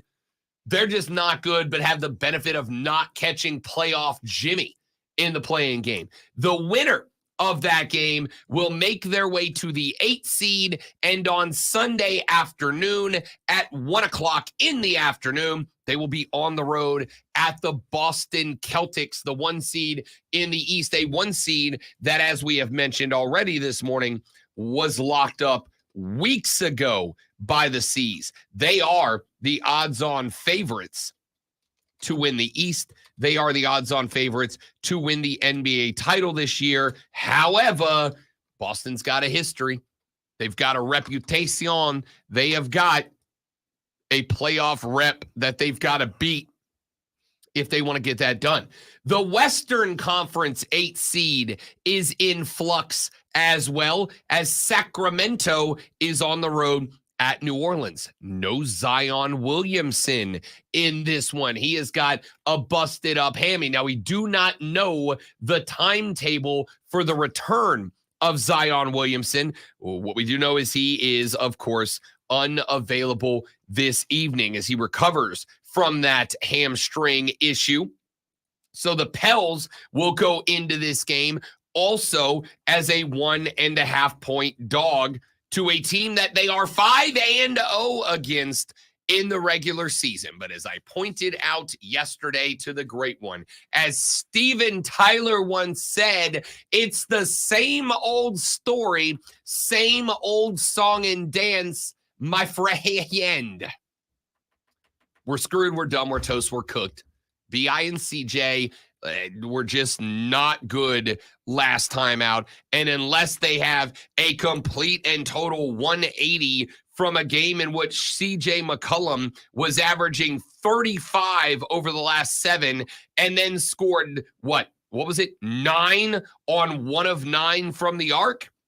The Pellies are cooked. We had a good run. We had a good year. Willie Green's not the guy, but we signed him to an extension. Life is pain. Basketball is misery. Sacramento enjoy the playoffs and getting smoked in round 1 by the Thunder. There's no part of you deep down inside, in that black heart that's beating, that goes, maybe your team could win.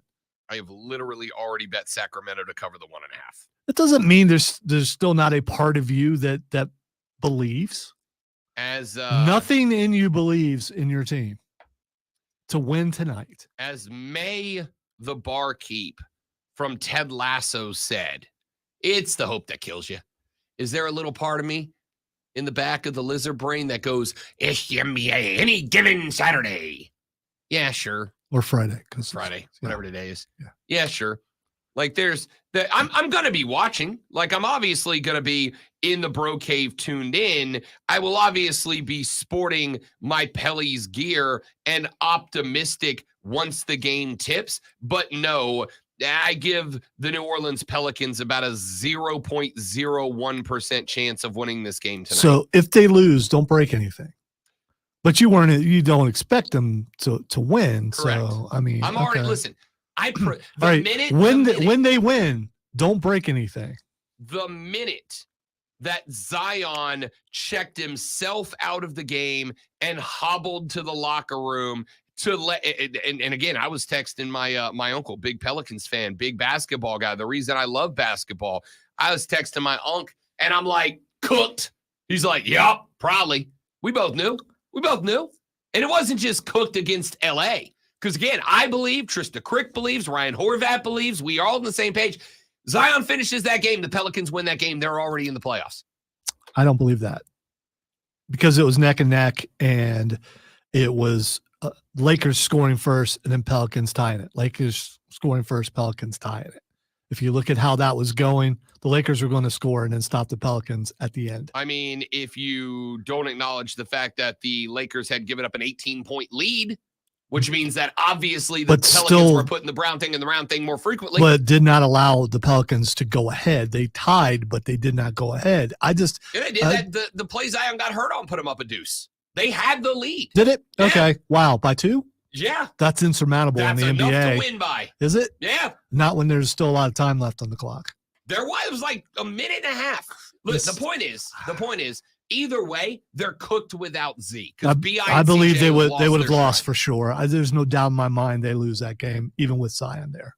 So you just went from no, they wouldn't have win. You can't make a definitive statement to definitive statement. Well, because you won't do it, so I will. Yeah, the Lakers would have won. There's no doubt. I'm the heel on this show. I'm not on other shows, but I am on this show. I'm fine with that. Item number 2. That game, by the way, is at 10 p.m. If you are gonna stay up, I thought it was 9:30 or 9:30. Don't stay up and watch it. According to this paper I read, that don't stay up and watch it. Don't lose sleep over this. So you're saying go to bed early on a Friday night? Yeah, I'll stay up. I'll have the report in Monday. I'll bring my depression live to the radio first thing Monday morning. He's going to come in and go, I cannot believe they won that game by as much as they did. The Pelicans are moving on. We got hope. If they did that to this team, they're going to be able to do this. Who are they playing again? Oklahoma City. Oklahoma City, yeah. I'm going to go ahead and tell you right now, and I mean it. A healthy Zion, I absolutely believe the Pelicans can take the Thunder to 7. I absolutely believe with a healthy Zion, they can take him to 7. Because while Chet Holmgren's good, Zion will run through his chest as he did to LeBron James. Oh, he absolutely did. LeBron, if LeBron ain't in shape at his age, take it. Dust, yes, my dude. He probably was dust. He is Thanos, my dude. I like the Thunder a lot. I like a young, zesty team. I think the Pelicans, I'm not saying they can win that series. I'm saying they can take Oklahoma City to 7 and give themselves a chance with Z. All right, real quick. Item number 2 is the fact that the Los Angeles Superchargers have said they are willing to trade back out of the 5 spot. We know that we're now 6 days away from the draft. We know that quarterbacks are going to dictate how this goes, predominantly the order that they are drafted and or the teams that are willing to make a lot of jumps and moves around the first round of the NBA draft in order to get there. We just didn't know who was going to move first. Is it going to be the Cardinals? Could it be the Vikings jumping up? The 5 spot is occupied by the LA Superchargers and their brand new head coach, Lonzo's favorite NFL coach, Jim Harbaugh. Lives in a van down by the river. Well, while he was in the van down by the river, he came to the conclusion the Chargers will move off that 5 spot. They'll be willing to jump back. If Arizona jumps out of 4, now we got chaos in the top 6 picks. Yes, please. We'll talk more draft stuff as the show rolls on. Mark Benetti, voice of the Rabbits, at 8. Tyler Pollock of the Greenville Triumph at 9. All coming up on the Rob Brown Show in the Fan Upstate.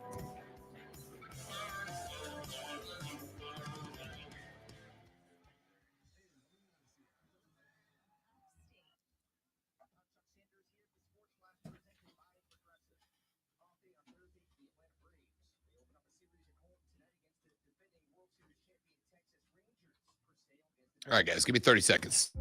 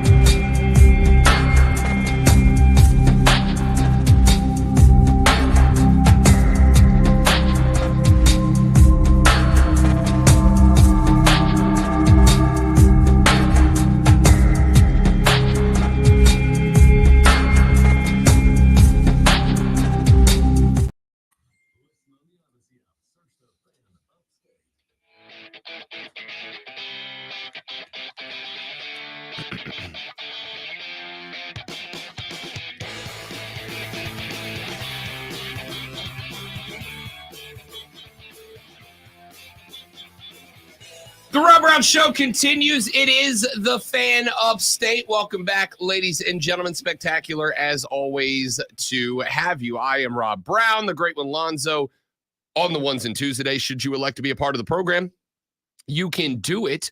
The Renewal by Anderson of the Carolinas fan phone is available for you at 844-FAN-FONE. That is 844-326-3663. The text line is available as well at 71307. 71307. Start your text with the word fan, F-A-N. Jump on the show. We talked a little bit of NBA playoffs just mere moments ago. Let's keep that going as the playoffs themselves get underway tomorrow. What are we looking at? What are the storylines that we are following in this game as we get set up, or in these games for the play-in? Well, out in the West, again, we're still waiting to find out who's going to be the 8th seed, New Orleans or Sacramento. It's going to be Sacramento, as they are set to make a run at the Oklahoma City Thunder. As I have mentioned a couple of times, I like the Thunder. I like the way they play. I like the way they base the game around SGA. If Chet Holmgren didn't have Victor Wembanyama, who appears to be everything we thought he was going to be when all the draft hype fired up. Chet Holmgren would be the rookie of the year in like 9 out of 10 years. I like this team a lot, but this team is very much young. This team is a team that I think if there is a team at the end of this year, as we have done in years gone by with Atlanta, as we have done in years gone by with Sacramento last year, every year there is a squad for whom playoff inexperience bites them. And I kind of wonder if that's Oklahoma City this year. It feels like it is to me. Because whether it is New Orleans, whether it is Sacramento, the edge in terms of experience very clearly belongs to them at this point. The edge in terms of experience points towards a Sacramento team that lit the beam multiple times last year. The edge belongs to a Pelicans team that has been in these play-in spots multiple times in years gone by. They know, I think, how to win in a spot like this. I don't know that the Oklahoma City Thunder do, and that is my primary and biggest concern in this spot. Does the youth, does the inexperience come into play for either one of these two teams? For me, if there is one that it does, it is going to be the Oklahoma City Thunder. I like this team. I just think that they are going to get beat. Denver and the Lake Show. I have said a couple of times, I think LA's got a chance to make this interesting. Denver's the better team. As we have pointed out time and time again, Denver is a team that I think has been playing with their food more than they haven't pretty much throughout this entire season. I think Nikola Jokic, Jamal Murray, I think this team is dramatically better than they have shown. I have wondered when it is that they are going to hit the afterburner this year. So far, they haven't. And they frankly, let's be clear, they have not had to, if we're being honest. They at no point really ever felt like they were threatened. No, they didn't get the 1 seed. Yes, Oklahoma City did. I don't know if Denver cared. A team takes on the personality of its leader. It takes on the biggest personality of its most successful player. Mike in the Bulls, Kobe in the Lakers, pick any of the Giannis in the Bucks. A team takes on the personality of its superstar. Lonzo, in a sentence or two, describe Nikola Jokic to me, please. Like if I asked you for just a handful of adjectives to describe Jokic, what would you utilize? He's a family man who believes that at home matters more than work. You work so you can play, and he loves horses. And he loves horses. And America too. That's Tom Petty. He's also like one of the best basketball players on the planet. Yes, he is. It does help quite a bit when you are, that. I love this cat. I love this cat. He is probably my favorite active player right now. I don't know how he wouldn't be. The dude is just an easy fan favorite. I'm a big fan. I think the team has, to some degree, adopted the personality of Nikola Jokic. Do they take it seriously? Yeah, of course they do. Of course they do. But I think they have eyes on a championship before they have eyes on anything else. I think they are more concerned with getting another trophy than they are anything else. And because of that, I don't think that they have been going full tilt throughout the course of the season. However, as Zach just said on the stream just mere minutes ago, when you have LeBron and you have Anthony Davis, you also have a chance. I could not agree with you more. And I don't think that you need anything more than a chance. I still think They Denver's also, a better team. I was going to say, they also have other pieces that could definitely help out if they step up. They do. They have D'Lo. They have Austin Reeves. How dangerous is Austin Reeves when you can only throw your third or fourth best defender at him, right? He's not the greatest basketball player in the game, but he is very dangerous as a scrappy little dude when you put your fourth best defender on him if you're playing a man. Now, the Nuggets are one of the few NBA teams that can play a successful zone defense. And I think you'll see a lot of that out of Denver against the LA Lakers. The problem with the zone is that a zone usually creates a world in which the other team's number one superstar can have their best game. That's LeBron or D'Lo, depending on who's hot that night, but it's LeBron. But what it does do is say, you got to do this by yourself, bro. Now, as we have talked about, playoff LeBron is a different breed of cat. Playoff LeBron is not a joke. Playoff LeBron is very good. Playoff LeBron is a guy who is absolutely going to go out there and get you 25, 26, 27 a night. He is that guy, and he is that good. So, to me, playoff LeBron is the biggest threat here, especially if Denver does decide that they are going to throw a zone at this team, that they are going to throw a zone at this squad and just see if LeBron can do it with as little help as they can allow him to have in this matchup. And I do think that is something that has to be concerned. You have to be concerned about if you're a Laker fan here. I'm going to take the Nuggets in 6. I think the Lakers can win a couple. I think the Lakers can win probably 2 at the house, but we'll see. Timberwolves Suns. I like this series a lot. I love Anthony Edwards. I love Anthony Edwards. I love him as a player. I love him as a student of the game. Anthony Edwards is a guy that can adapt his game at any given moment, and Karl Anthony Towns plays off of that. Now, you guys have heard me for the last 2 years now talk about a guy that I think deserves to be mentioned amongst the best in the league, and very rarely is. That's Devin Booker of the Phoenix Suns. D Book's a high caliber player. I think there's a couple of things that are going bad for Devin Booker.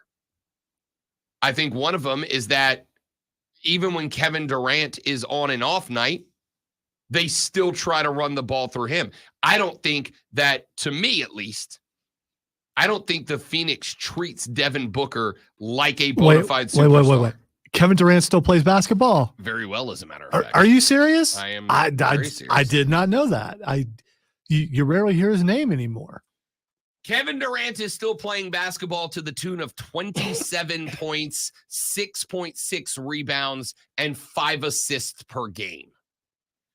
By the way, outside of Draymond, have you noticed, great one, whether we're talking about Kyrie or Kevin Durant or James Harden or anybody else, have you noticed that the back half of this year, at least, the usual suspects of guys that we make fun of on the show for being drama queens, head cases, whatever you want to call them, have you noticed they've almost all been very quiet the back half of the season? It is weird. And Isn't it? And it's not just a matter of them being ignored to the point where maybe they're still doing stuff that people just start talking about. They're just quiet. Yeah.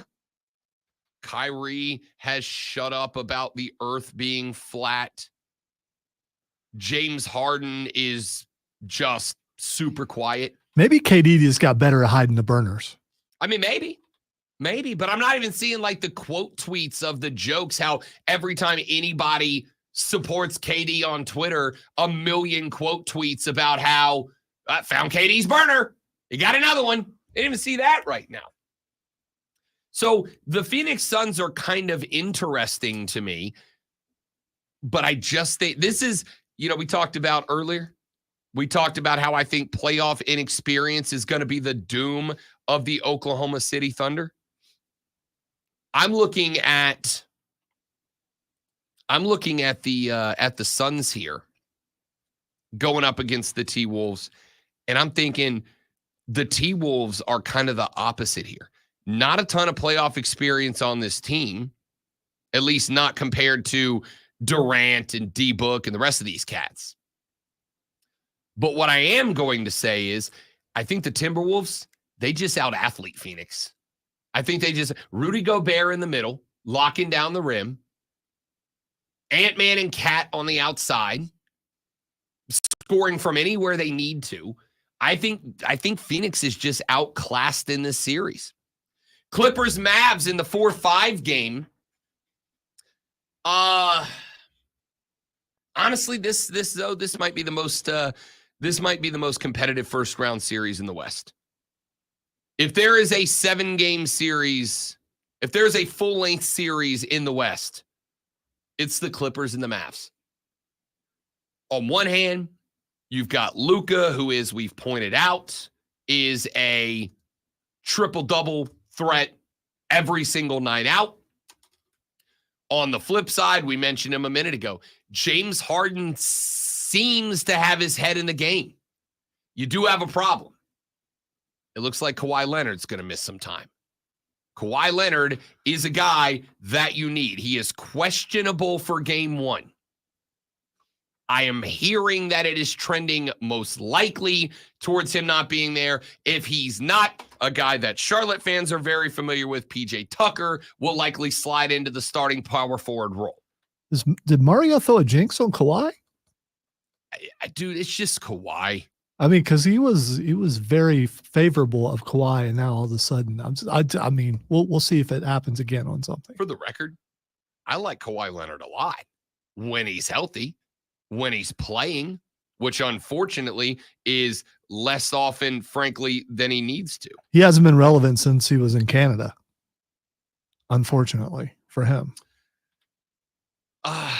I want to disagree because he's had some good runs in him. It's just like every time the Clippers have needed Kawhi, he gets banged up.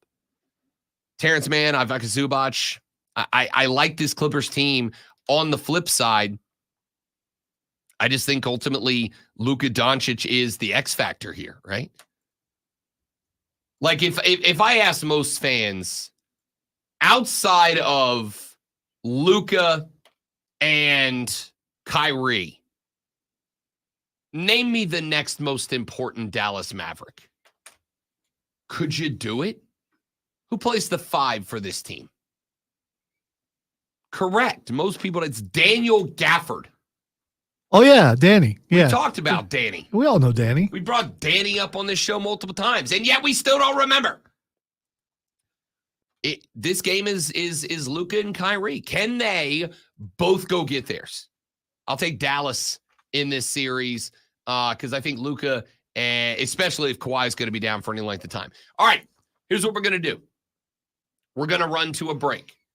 Lonzo's going to enthrall you with the sports flash. And when we return, Mark Benetti, the voice of the Greenville Swamp Rabbits, will join us here on the show. We are getting set for playoff hockey coming up this Sunday and Monday at the Well when the Bits welcome the Orlando Solar Bears into town. We'll talk with Mark Benetti about the playoff run for the Bits through the ECHL after they were named South Division champions. Then, after that, the very next segment, Tyler Pollock, longtime vet of You're My Hour Greenville Triumph, joins the show. We'll catch up and see where the Triumph are after a phenomenal start to the season. Has the momentum continued? We'll talk with Tyler Pollock at 8:20, and then we'll jump back into the rest of our NBA first-round playoff preview coming up on the Rob Brown Show in the Fan Upstate. All right, with less than a week until the NFL draft, there's a lot of questions about moves that may or may not get made, but at least one team has made their intentions somewhat clear. The LA Chargers are willing to move out of the 5 spot. General Manager Joe Ortiz said it would take a very attractive offer to move, but with quarterbacks expected to come off the board 1, 2, and 3, the possibility is there. The Gamecocks baseball team faces their toughest, it's really tough, test of the year as they start a 3-game series against Arkansas this weekend. The number 2 ranked Razorbacks are 30-5 and just dropped from number 1 spot this week. First pitch tonight is scheduled for 7 p.m. with a 3 p.m. start tomorrow and 1:30 first pitch come Sunday. Tune in this afternoon from 3 to 7 p.m. for a brand new local show, Wire to Wire, with Cole Bryson and Diesel, and they're going to get you up to date on all things sports.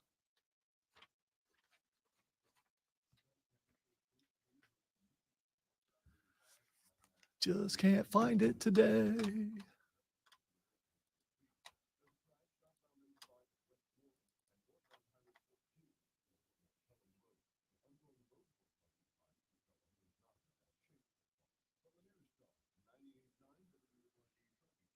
Solar Bears is cool. I don't know why they're in Orlando, but it's still cool. Maybe they like moved down there for the winter.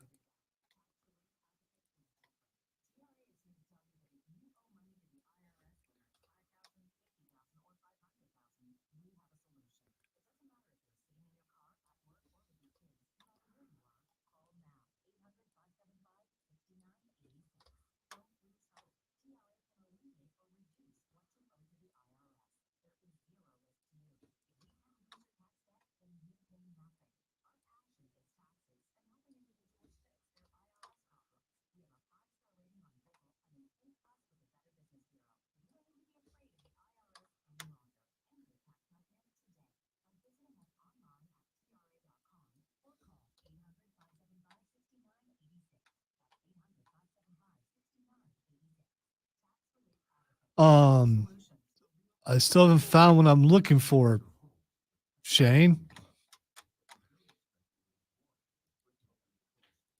Yeah, we're running out of time.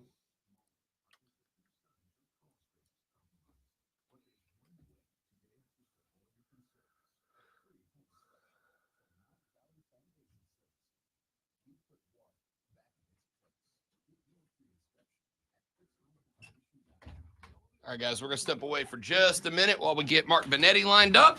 We will return in just a minute. Don't go nowhere.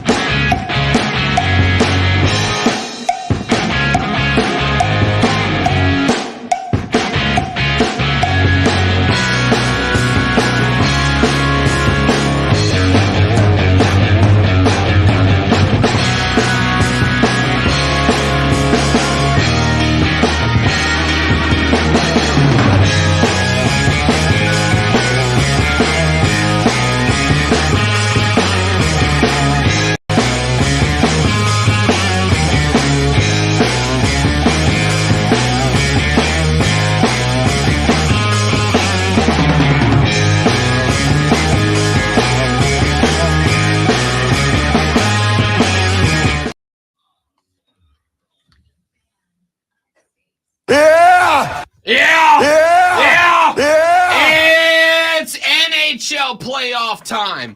It's ECHL playoff time. It's playoff hockey time. My dudes, my dudettes, welcome in. The Rob Brown Radio Show begins hour number 3 right this very second. And oh, what a pleasant surprise we have lined up for you now, because making his Rob Brown Show debut this AM, just hours before the Greenville Swamp Rabbits begin their quest for the ECHL Kelly Cup. He is the voice of the Greenville Swamp Rabbits. He is Mark Benetti, joining us here on the show. What's up, big dog? Oh, buddy, I'm ready to go with an intro like that to put me in the lineup. I'll tear down a brick wall with my bare hands right now. That's awesome. Listen, I'm not saying that I don't get hype. I stay hype. It doesn't matter if we're here on the show. It doesn't matter if we're in the well on a Sunday afternoon for a little playoff hockey. When the boys are on the ice and the Kelly Cup is in view, Mark Benetti, you got to make a little noise, pal.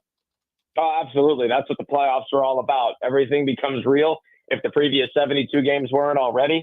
And it, the intensity ratchets up a notch. One mistake, one shot, one goal, one save, it all makes a difference because your margin of error is that much smaller. So very excited to see what this team is capable of accomplishing and just being along to tell the story.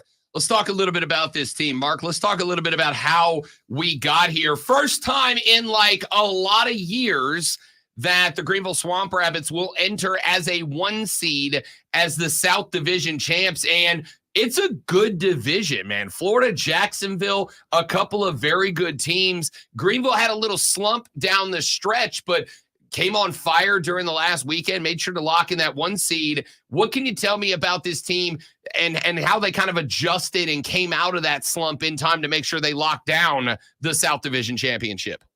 Well, this team has always been predicated on its structure and doing things the right way. And that comes down from Coach Lord, Coach Mountain, Coach Pease, and then our support staff echoing that message. It's a team that they play well 5-on-5. They're very structured on the penalty kill. Their power play started to get back on the horse towards the end of the year, but their power play was lethal at times and proved to ultimately be the difference in a lot of games. So it's a team that also got very comfortable playing in tight contests. The Swamp Rabbits led the league with 25 wins in 1-goal games, which I think is an awesome precursor and warm-up to the playoffs where, again, the margin for error is so small and it could come down to 1 goal, 1 shot, 1 save. And this team got very comfortable playing in games where it got tight towards the end. So it's a team that is resilient, it's deep, it's skilled, and very well structured. And, to your point, they're coming out of what I consider to be the best division in the league. Rob, the South Carolina Stingrays had 39 wins this year. They had 5 wins less than the Swamp Rabbits. They're sitting on a couch at home. They didn't make the bracket. So if that tells you anything about this division, how deep it was, how skilled it was, I mean, whoever comes out of this division has a chance to really make some serious noise. And this first round against Orlando is going to be very special. Mark Benetti, voice of the Greenville Swamp Rabbits, here on the Rob Brown Show, and the fan ups that you mentioned. Lordo there. I've had the chance, obviously, the last couple of years to work with Lordo and talk about a not just a character, because, I mean, the dude loves coaching, loves this team, loves having a good time. And you mentioned it in the press conference the other day, a dude that has everything drilled down, the procedures, the order of operations, everything. And it led to him being named the ECHL Coach of the Year this year. Talk to me a little bit about Lordo. Talk to me a little bit about who he is as a coach and why he has been so important to what the Rabbits have become. He is a detail-oriented man. He's a very intense man, especially when it comes to the game of hockey. Very rarely have I seen somebody take the game more seriously than he does. And his success on the ice shows it. His dedication to getting players out in the community off the ice is showcased even further there. He's a guy that gets it from the ultimate leader standpoint. I think when you look at the course of his hockey career, when he played in the ECHL, when he played in Cardiff, he was a captain with Wheeling, so he knows what it takes to lead a locker room as a player. He was the modern-day Reggie Dunlop, if you will, because when he was in Cardiff, he was a player coach at one point and had to hold a whiteboard when he was on the bench and then take a draw 2 seconds later. He's somebody that when he became a head coach, he found a way to effectively lead men, and it led to 221 wins in Europe over 6 years. And then he came here and he has 155 wins in 4 seasons. And as you had mentioned, the John Brophy CHL Coach of the Year. He's somebody that when it comes to structure, he doesn't just say that as a buzzword. He sets everything up to a structure. And it's not just on the ice. It's a procedure of how you rest, how you recuperate, how you consume information, how you apply that information in practice, in games, all these different things. And so couldn't be more proud to work with a gentleman of his caliber. It's been a privilege since even meeting him day one in this building 4 years ago. I was visiting from Rapid City in Charlotte and got to come down and pop in and see the Greenville staff and see him his first day, boots on the ground. And from that moment on, it's been an absolute privilege to know him and get to work with him. And I can't wait to see what else he accomplishes this year. Mark Benetti, voice of the Greenville Swamp Rabbits, here on the Rob Brown Show with us this year. Mark, anybody who's paid attention to hockey for any length of time are going to tell you that in the playoffs, you win and lose on goaltending. I mean, you got to put the puck in the net, but you win and lose based on goaltending. A couple of goalies that have rotated in and out this year between Luke Richardson, Jacob Ingham, and Ryan Bednard. I have enjoyed getting the chance to watch all three play. Can you talk to me a little bit about the goaltending group and what each of them brings individually and what you expect them to bring in the playoffs? Well, they bring depth. That's the biggest thing. You can't get by with enough goaltending here. And everybody brings a similar intensity to the position because of how they carry themselves as a professional. I think the biggest thing with goaltending is the biggest cliche in sports. You can't get too high. You can't get too low. You've got to, ride the momentum, even keel. And you see that with these goaltenders. Starting off with Jacob Ingham, this is somebody who over the last 2 years has dealt with hell on earth, and he has dealt with adversity. He was out pretty much all of last year dealing with an injury and things of that nature. The guy battled back to almost 20 wins this season with the Swamp Rabbits, 20 overall when you include 17 with the Swamp Rabbits, 3 with the Ontario Reign in the AHL, and he earned a National Hockey League contract. That doesn't just come because you're in the right place at the right time. That comes because of the effort that you put in, the dedication to your craft that you put in to come back from adversity, to come back from a tough situation, and find excellence and success on the ice. When you look at Ryan Bednard, somebody who came red hot out of the gate, he won his first 7 games of the year, then a little bit snake bitten, got right back on the horse, rightfully earned an all-star nod to backstop the ECHL All-Stars against the Savannah Ghost Pirates this year in the All-Star Classic. Somebody who buys into what the culture of Greenville is, the culture of what Andrew Lord has set forth. 5 years as a pro, 4 years in Greenville, and he continues to want to come back here. I think that says a lot to his acumen, both as a hockey player and somebody who gets what being in the right place can mean for your position in net.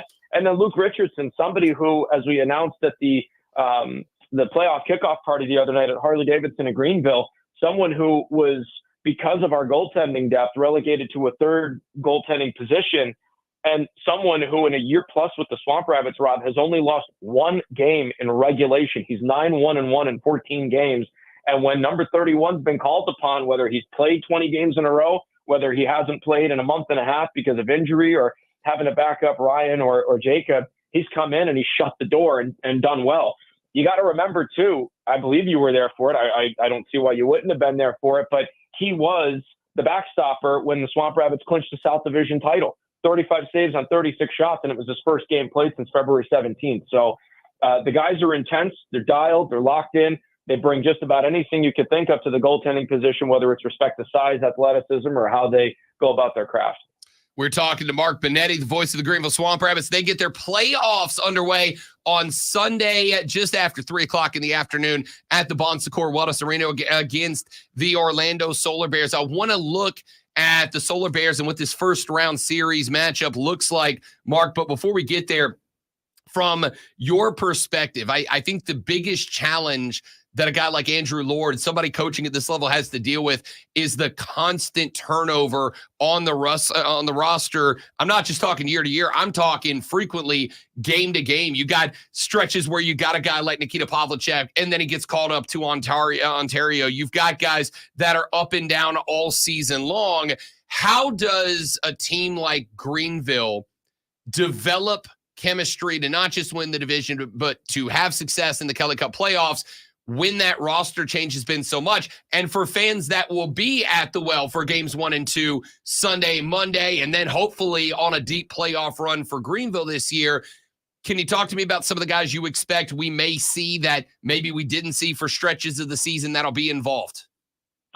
So with respect to building chemistry, I think that comes to, again, the structure of how Coach Lord sets things up. And I think it all starts in practice. Another cliche, but it's the absolute truth with this team. It starts in practice. You know, you've got to be ready to go at a moment's notice in sports. When your number's called, you've got to get up and ready to go. That starts in practice. If you're not dialed in practice, if you're not creating a chemistry in practice to the point where if your number's called in a game, you have to play and really show up for it, things aren't going to go your way. Things aren't going to go the team's way. So I think there's a foundation set with the identity of this team that when you do put that practice jersey on, you know you have just as good a chance as anybody else in the lineup to get in at any night, and then that's your time to shine. And so I think that's how you build that chemistry, especially in the revolving door that is minor professional hockey, where you are playing musical chairs. You get called up, you get set down. There are trades, there are all these different things. And again, it really just comes down to how much you want to be a pro, how much you carry yourself as a pro, and that builds that chemistry over time. As far as seeing guys in the lineup, you'll see the usual suspects of the Josh McKechnie's, Carter Suches, and on the back end too, the JD Greenways, Max Martins and whatnot. It's interesting because of how things are going to work now with this roster, the American Hockey League, the NHL starting their playoffs as well. Are you going to get guys? If you do, when are you going to get them? And what does that look like? So as far as that's concerned, I'm honestly not too sure because the AHL still has to finish up its regular season. Then they start their run for the Calder Cup playoffs. Ontario is still in a battle right now for where they're going to be in the bracket. The last time I checked in the AHL, there's about a 6-point separation between second place and seventh place. So tomorrow they could have home ice advantage. An hour later, they couldn't. And it's just a fun game of musical chairs at that point in the standings. But I'm interested to see, there's an opportunity that Pavlichev, Bednard, Wiley, or Francis could come down. But it all depends on what Ontario does, what the vibe is, and just kind of go from there at that. Mark Benetti, voice of the Greenville Swamp Rabbits here on the Rob Brown Show on the Fan Upstate. Let's take a look at this first round matchup, which puck drop is at 3:05 on Sunday afternoon. The Orlando Solar Bears, of course, entering this bracket as the 4th seed out of the South Division. I know Lordo said that Greenville and Orlando have a lot in common. They can win games with really efficient hockey, but if it gets ugly, if it gets scrappy, if it gets dirty, they can get down and win a game like that as well. Give me your overall view of what this Orlando team is and what Greenville can look forward to. It's funny that you said 4th seed there. And yes, you are correct. Orlando's coming in as the 4 in the South Division. They're not playing like a 4. They're not playing like a bottom seed. These guys won 9 out of their last 13 games to get in the playoffs, and 9-2-2 in that stretch. So they got points in 11 out of 13, and they won 9 of them. This is a team that has all the confidence on the world. They were written off a month and a half ago and found a way on game 72 against Reading, pulling the goaltender, needing a regulation win in a 0-0 hockey game, and they got their playoff clinching goal with the extra attacker and 27 seconds left in regulation. So this is a team, like you said, when it gets scrappy, they can do it just as well as the Swamp Rabbits can. I'm excited to see this matchup because of those similarities. Both teams are deep. They can skate really well. Both teams are phenomenal on the penalty kill. Orlando finished, I believe, this year as number 2 in the ECHL, hovering right around 85%. And every time I saw them from when I took over in January to this point, I don't think they dipped below 83. And so it's a team that, again, is very used to playing tight checking hockey, very used to playing tight games where a penalty kill can win or lose it for you. They very rarely allow power play goals. So I'm very interested to see how it goes there. The speed of the game is obviously going to be huge. Both teams can skate up front. They've got a great blend, good veteran presence on the back end, and their goaltending right now is red hot. Evan Fitzpatrick looked like a brick wall a couple of weeks ago and continues to do so. Former Greenville Swamp Rabbit, and looks like he's going to be the guy leading them out of the gate to start off this series. So I'm excited to see what that looks like. But, 7 games head-to-head this year. 3 of them were played 2 weeks ago head-to-head. There's no secrets between both of these teams. Maybe a different character in the roster here or there, but you know exactly what you need to know coming into the series, and I'm curious to see how it all plays out. I think I know the answer to this, Mark Benetti, but I'm going to ask you anyway. If Greenville wins this series, whether it's in 4 or 7, if Greenville wins this series, it is because they blank. It's because they stay defensively structured. I think that's the ultimate key to this is defense wins you championships. But in a series like this, where you've got a team like Orlando that can skate, they love to try and generate in transition. They love to generate with their speed. You've got to be able to win the tight game. And I think this Greenville team is fully equipped with that. Again, 25, 3, 4, and 1 in 1-goal games this year. The team had 44 wins. Over half of them came when it was that much of a nail biter. You want to go even further out, 2-goal games, because those can get pretty dicey too. The Swamp Rabbits only had 10 of those, and they won 6 of them. So 31 of their 44 wins came within 2 goals or less. As narrow as the game can get.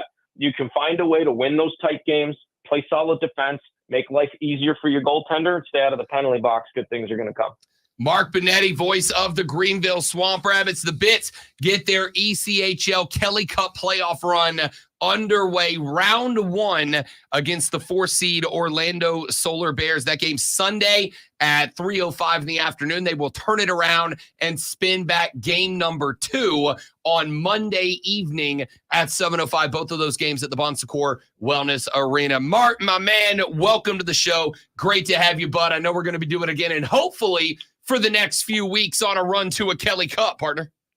Your mouth to God's ears, my man. Thank you so much for the time. You got it. Mark Benetti, voice of the Greenville Swamp Rabbits. When we come back, a long-time vet. Those of you that have come out, whether it was to Legacy Early College in years gone by, Paladin Stadium the last couple, you have seen this beautiful bald head running around the pitch. Tyler Pollock, longtime vet of the Greenville Triumph, joins us next on the Rob Brown Show in the Fan Upstate. Price. All right, guys, quick live read, and then we're coming back with Tyler Pollock. Stay right there.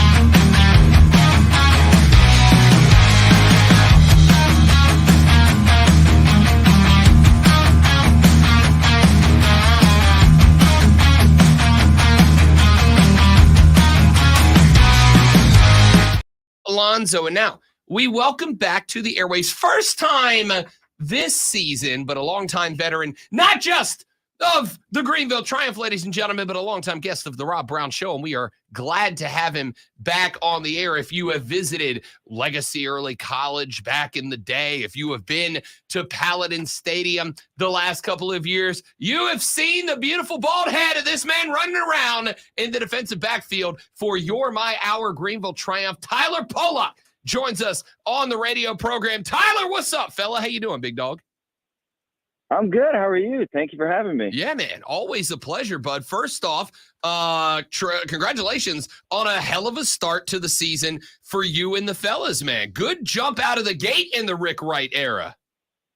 Yeah, it feels good. Obviously, a couple losses right now, but we're going to bounce back. We got a game on Sunday, so we're looking forward to another opportunity to like I said, bounce back. No doubt about it. And I want to start with the U.S. Open Cup because you guys made a lot of noise, I think, and certainly the fans think that just kind of a bad draw really through every round. A very, very good Louisville squad that you guys had to go on the road and stare down earlier this week. Talk to me a little bit about how important that cup run was and kind of what the motivation was to go out there and perform, even if it didn't end necessarily the way we wanted it to. Yeah, I mean, I think it's a good experience for some of the younger guys to get some minutes in that kind of tournament, in that kind of environment, in that stadium. I thought it was a really good showing for everybody. I thought we played really well. Unfortunately, the result doesn't always follow that. But I thought we held our own. I think we kind of made a statement and let people know that we're still a very, very good team and just getting better as the season goes on. I mean, you guys obviously have been hanging out at the top of and around the USL 1 table all season long in the regular season. Mm-hmm. Again, out to a great start. How important was it for you guys as right now a 4-way tie at the top of the table between Richmond, Tormenta, Chattanooga? How important was it for you guys to get out to a hot start under Rick Wright? Yeah, I mean, I think despite any coach, we obviously wanted to make Rick happy, but and the fans too. So you're trying every year to start out as best as possible so you're not playing catch up through the middle or end of the season. And I think, you know, the guys we've brought in and the staff he's brought in as well has been just tremendous. You can see that things are clicking on the field based on that. So we're just trying to ride that high and just kind of keep things going and hopefully fill the little gap between the rest of the teams and keep going. We got a text just a minute ago, Tyler, from Carpool Mom, and it's a question I planned on asking you anyway because I've asked all the boys that have come on the show as of late. You obviously qualified to answer this question maybe more than anybody else on the squad in the transition from John Harkes to Rick Wright. I mean, Rick coached under John in Greenville for those years, takes over. There's going to be similarities. There's going to be differences. From your perspective, what are some of the biggest similarities and differences that you guys have had to adjust to during the coaching change? I mean, I think he's done a very good job as far as just letting the guys know that it's not just his team, but it's our team as well. And I think he's given us some freedom to kind of just go out there and express ourselves. He's week in and week out put out, you know, strong teams that the connection's there, the chemistry's there. And I think that's shown at our hot start. As far as differences, I mean, I think he's got a good relationship with John, so I think he's kind of taken some of the quirks and stuff like that and brought it along, and we still have a core group. So I wouldn't say there's that much of a difference besides just him giving us a lot of freedom and letting us do our thing out there, which I think has been very beneficial as people have seen.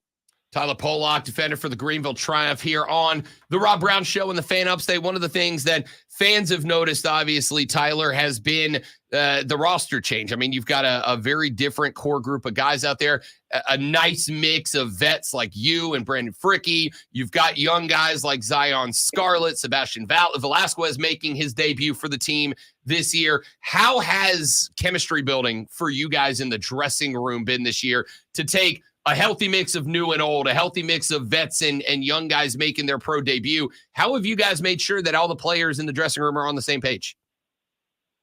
Yeah, I mean, it's been honestly pretty seamless. I think everyone's gotten along right off the rip. It's just a good group of guys. We got in some more supporting roles that we needed. Even bringing Chapa in, he's been a huge step up in the midfield, breaking up plays, and then also building out of the back.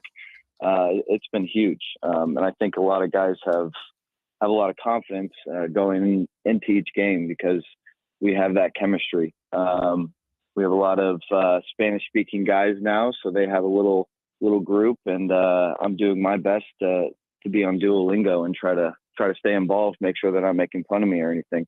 So it's been good. It's been really good. It's a lot of fun. It's been a good year so far. We just keep hoping to keep on that high. Did you remember to do your lesson today? Before that little annoying ass owl pops up with that text, Tyler, did you remember to get your lesson in yet today? I haven't yet. I got to have my morning coffee first before I let things settle in. Listen, nobody understands that better than me, my guy. Tyler Polak from the Greenville Triumph here on the Rob Brown Show and the Fan Upstate. Talk to me, Tyler, a little bit about the importance of the season. And not just necessarily talking about the perspective of Rick Wright, but obviously you guys for every year have been in the USL League One Cup playoffs. That the only team that can say that. There was the championship a couple of years ago to put the first star on the crest. Last couple of years, maybe things not ending in the playoffs the way that you ultimately wanted them to. Is there any pressure on you guys this year or any more than usual to go out there and find that success and bring another USL League One Cup home back to Greenville?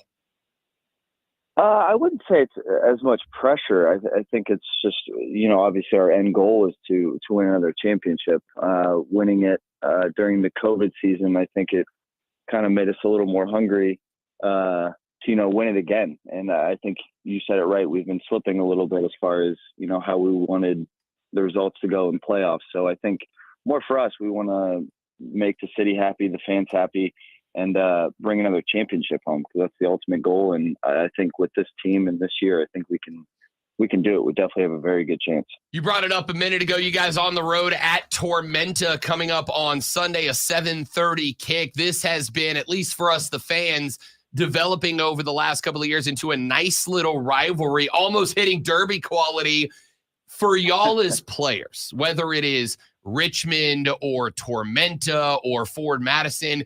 Are there teams, Tyler, be 100 with me here, are there teams that you guys as players look at as rivals, like this one matters a little bit more? I think so. I mean, definitely. When you look at Tormenta, for whatever reason, in the past, they've given us some trouble.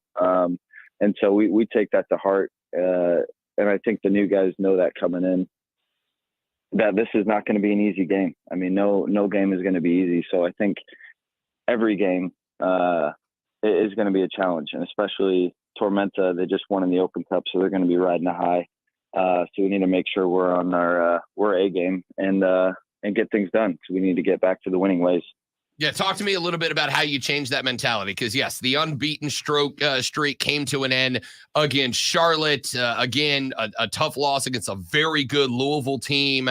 This is the first time this year, and I know it is very early in the season, Tyler, but the first time this year that it's kind of felt like maybe there's some adversity building. How do you guys make sure you stay nose to the grindstone, get through this, and get back to the rhythm you want to be on?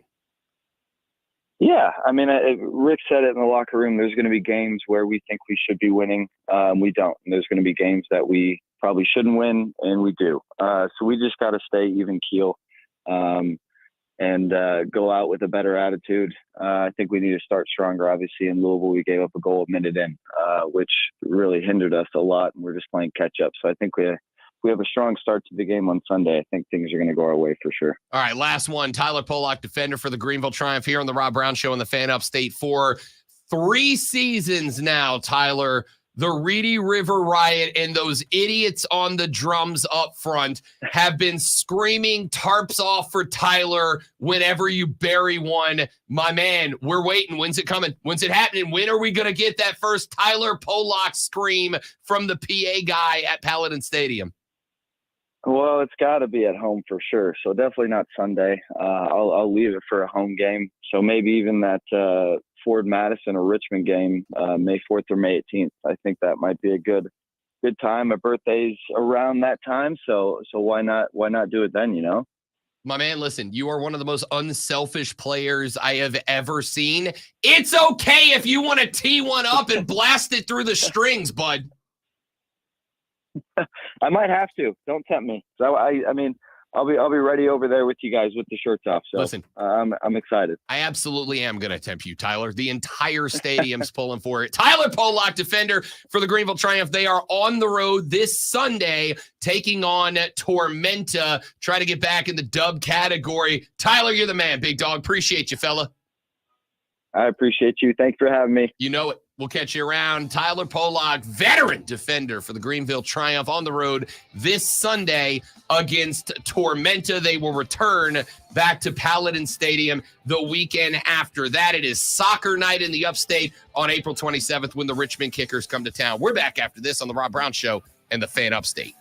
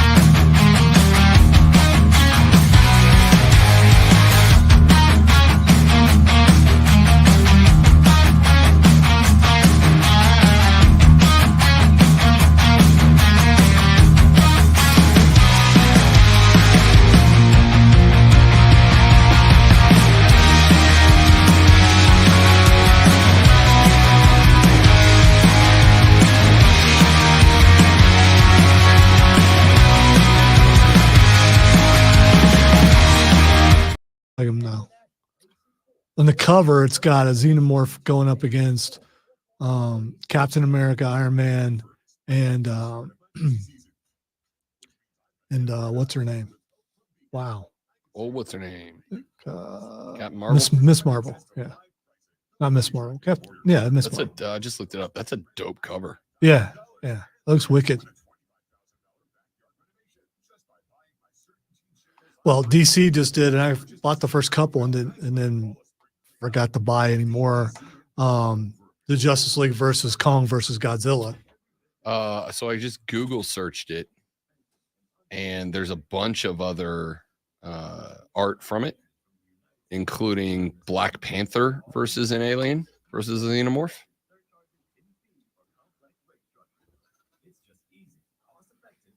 Hulk squaring off with a Xenomorph. So you never thought about, that kind of crossover until now, and it's like, okay.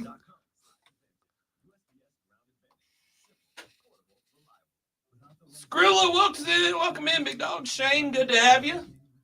With that acid that drips out of the Xenomorph's mouth, would that hurt the Hulk? I would think it probably would. I mean, I think it would. It like eats through hulls of ships. Yeah, Why would it It not? would hurt him. Probably just make him more mad, But though. right, but doesn't Hulk have a mild healing factor? He does. So I'll tell you who I think would be best in every scenario. Deadpool versus aliens, I'm all in for. Or Wolverine versus. Wolverine versus yeah, aliens I mean, that would be kind of cool.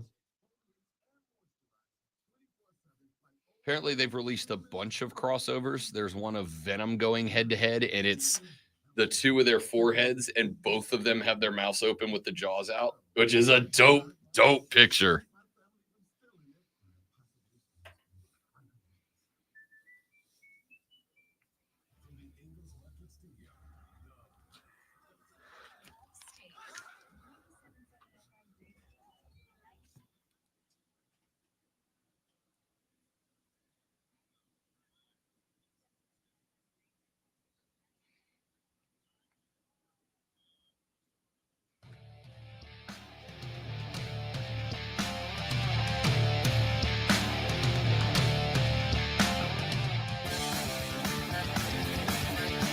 I've said it before. I'll say it again. I've been a lot of places in this job. I've been a lot of places because I like to travel. I don't think. No, scratch that. I know that of all the places I have been, we are so lucky not just to have multiple levels of professional sports and multiple professional sports. But I can say this with all sincerity. To have local sports franchises, organizations that care, that want to be a part of the everyday life of the community. Go downtown to any of the events that take place, and you will see a Greenville Swamp Rabbits table. You will see a Greenville Triumph table. The Triumph could absolutely pay dramatically less money to not have their headquarters on Main Street in downtown Greenville, but they do. Do you know why they do that? It's so that the access to the team is right there in the heart of the city. If you go to Fall for Greenville or any of the incredible festivals that we have throughout the course of the year in the GVL side of things, and I'm coming to you next, the Berg. If you go to any of those festivals, I know this for a fact because I do, you will see the Swamp Rabbits there. You will see Stomper there. You will see them out there handing out swag and handing out merch and giving away tickets and whatnot. They invest. It's fantastic. We got an email and a press release earlier this week from the new Spartanburg baseball team. And they said that they are going to be unveiling the name and the logo of the team coming up on May 11th. And they will be doing so as a part of a major block party taking place around the baseball stadium in downtown Spartanburg. Now, I have been in cities when teams have had this moment before. I have been in places when teams have put out their new branding or new design or new logo or new team name or new jerseys or whatever. And 90% of the time that this happens, the team does it in a way that is closed to the public. They do it in a way where it is media and press only. And the reason they do that is because they want to have their fingers wrapped around how the messaging is distributed. which don't get me wrong, I work in sports. It's wildly important for local teams that they are in control of their branding and their imaging and their messaging and all that. But the teams in this area, and I credit Tyson Jeffers and the new Spartanburg team for doing this, but I also think to some degree, they are leaning on what has been done by the Drive and the Triumph and the Swamp Rabbits and Furman and Wofford in recognizing and realizing that being a part of the community, not just in it, but actively participating in it, is a win-win situation for everybody. I've told this story before. I've said this before. When I got flown up here in February of 2020 to do my 3-day audition or 2-day audition, whatever it was. When I got brought up here to audition for the show and to get this job, I stayed in an Airbnb downtown. And when I checked in, I got here, I got off the plane, I went straight to the Airbnb. I wanted to explore. The first day I flew in at like noon. I had basically the whole day to explore the area. I flew in, I checked into my Airbnb. And once I checked into my Airbnb and I set all my stuff down, I walked into the kitchen, grabbed myself a nice little glass of water after a long, hard day of travel. And on the fridge in an Airbnb was a magnet for something called the Greenville Triumph.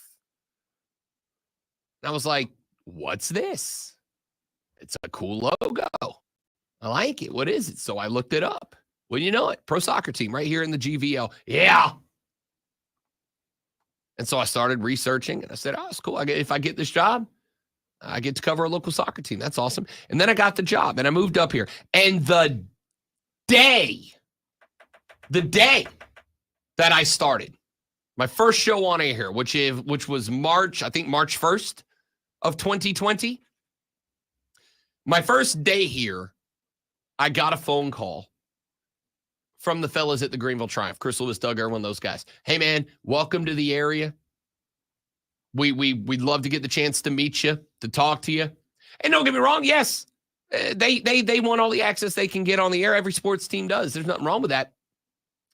But they made sure that it was a welcoming message. They made sure it was hey, welcome to the area. We got a great sports community, and we want you to know we're part of it. We want you to be part of it with us. And I have been a diehard since.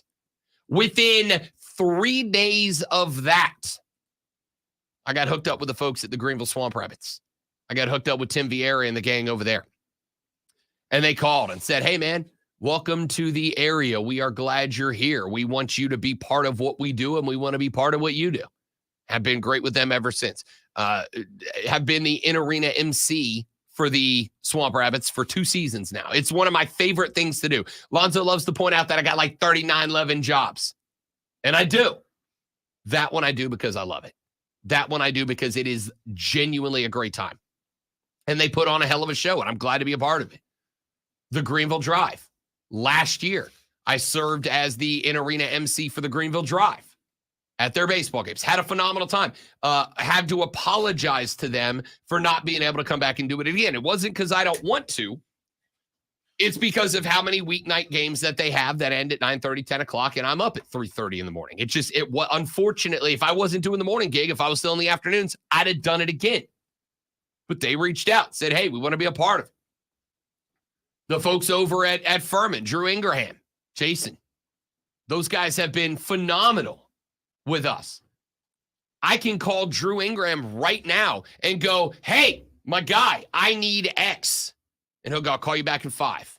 And he will. We asked for something to hang on the wall here at the studio. I think we asked for like a pennant or something. My man, they sent over a bag. We got flags, we got scarves, we got banners, we had T-shirts. They hooked us up. They care. They want to be invested. They're everywhere as well. Wofford's done the same. SC Upstate has had us over there for remotes for basketball games. It's been great. I know many of you understand But for those of you that do not, the most frustrating thing in this job is when I can't put into words what I want to communicate to you, and I don't know that I can here. Just know this. I have been a lot of places. I have broadcasted in a lot of places. For Walton Beach, Destin, Pensacola, Mobile, Baton Rouge, Jacksonville. I have, around the Southeast, I have either lived in or broadcasted a lot of places. And everywhere we broadcast, just like I do here, I make sure I'm there. I make sure I go to those places and get invested. It is one of the things I told the guys when I got the job here. I promise you, one of the things you won't have to worry about, I will have a good working relationship with every local team in the area. And I think I do. I have been a lot of places. I have broadcasted a lot of places. And I will tell you that never in my going on 18, this football season will be 18 years I've been in this gig. Never have I lived in or broadcasted a place, including Pensacola, with all due respect to the teams down there in the 850. I'm an 850 kid, have been, will stay. Even in my hometown of Pensacola, I have never been in a place where the local teams want to be involved, want to be a part of it, want to be part of what is happening in the community, want to invest back in the community. We are fortunate for that. I don't know if that comes across. If you're not big into the local sports, it might not. But I have said to y'all many times and many times again, there are certain things that form the fabric of every community. Art, music, food, and sports. To me, those four things, all the other things, jobs, employment, all that, that's all important. Infrastructure, that's all important. But what forms the fabric of the community, and when I say the community, I mean the people in it, the people. Art, music, food, and sports. Those form what I call culture. And the culture of the upstate. I'm talking about Spartanburg, I'm talking about Greenville, and I'm talking about every community that wraps around them. Sports is fantastic. It is. It is why I can bring up anything and I get text about that thing from local high school alums. Like Spartanburg Jay earlier, I asked who's the best bad guy in sports, and we got into a conversation about sports rivalries, and he said, I graduated from Dorman. To this day, I don't have a friend that went to Spartanburg High. Bleep him. I love that. All right? I don't love that he does. It's okay to make friends with your rivals, but I love that the rivalry runs that deep. Is it? Yes. It's okay. It doesn't mean you don't talk unending amounts of to them. As long as by friendship you mean frenemy and know that there's always going to be a little something underneath. There's that. always going to be a little something in our conversations for sure. You guys see him on the stream every now and then. My boy Brandon, one of my favorite people in life from back down in Florida. Love this kid like a brother. He's a Falcons fan. If you don't think that a majority of our conversations don't begin and or end with, hey, bud, I gotta go. I just want you to remember there's like somewhere between 28 and 3 reasons that I love you, dog. Like it's never going to stop. But that is part of, to me, what has made this place so incredible since I moved here. It is the fact that the organizations, the sports community that it revolves around cares. They care. They want to invest. They want to be invested. They want to invest in the community. They want the community to invest in them. And when they do, it's spectacular. We as a community are fortunate for that, and I mean it. I also mean it when I tell you that there is no one in America that delivers a better sports flash than the great one. Wow, your standards are low.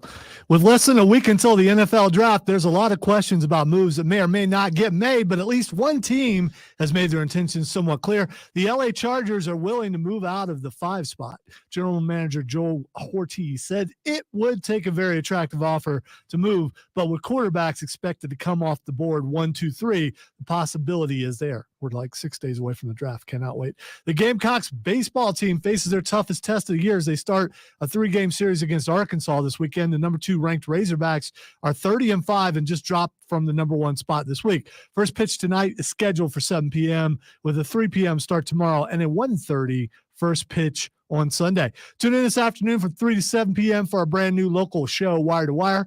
Cole Bryson and Dees will get you up to date on the latest local and national sports news. Great guests, great debate, and of course, a whole lot of fun. And you know what? It's all Wire to Wire.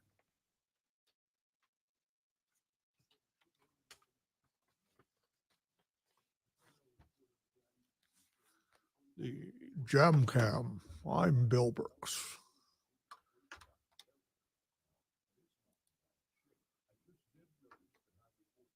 Just did? It's not good, Bill.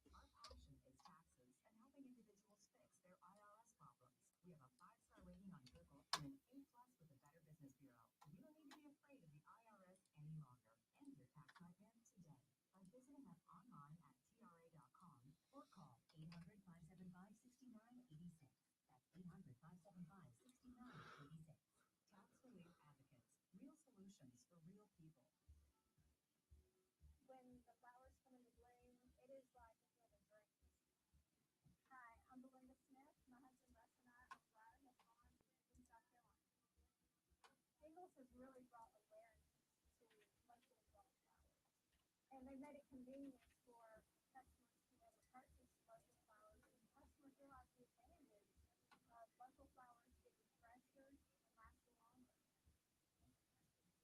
For the ones who work hard to ensure their crew can always go the extra mile, and the ones who get in early, so everyone can go home on time. There's Grainger, offering professional-grade supplies backed by product experts, so you can quickly and easily find what you need. Plus, you can count on access to a committed team ready to go the extra mile for you. Call, click Grainger.com, or just stop by. Grainger, for the ones who get it done. Look around. You can buy cars like these on AutoPay, like that car right in your tail. Or if you're tailgating right now, all those cars doubling as kitchens and living rooms are on AutoPay too. Da-da-da. Da-da-da.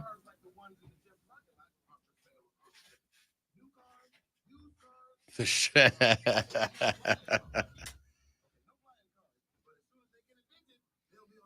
Do you talk smack to your daughter? Do you talk high school rivalry smack to your kid? Because I would find that hilarious, TBH. So you consider not moving where you moved because you figured where your children would play. I mean, I wonder if that factors in. Or did you move there, then they redistrict and put you in the other school system? Well, that would take some people off for sure.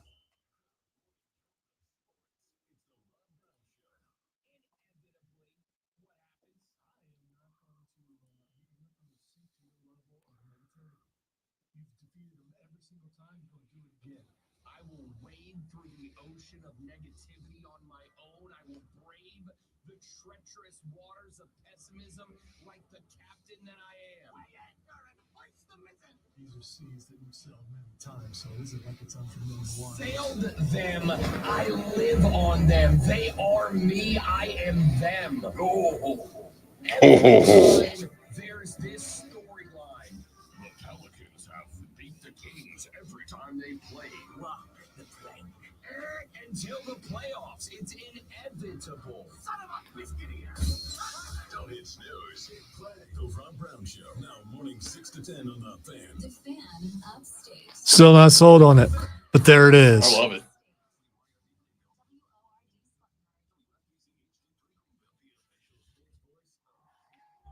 Well, there is that.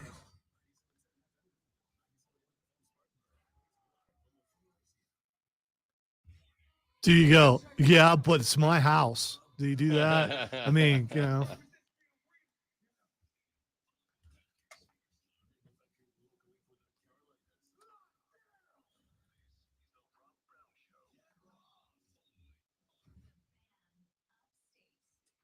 Big Daddy, how you doing? Real good, Corey LaJoy. Welcome back, ladies and gentlemen.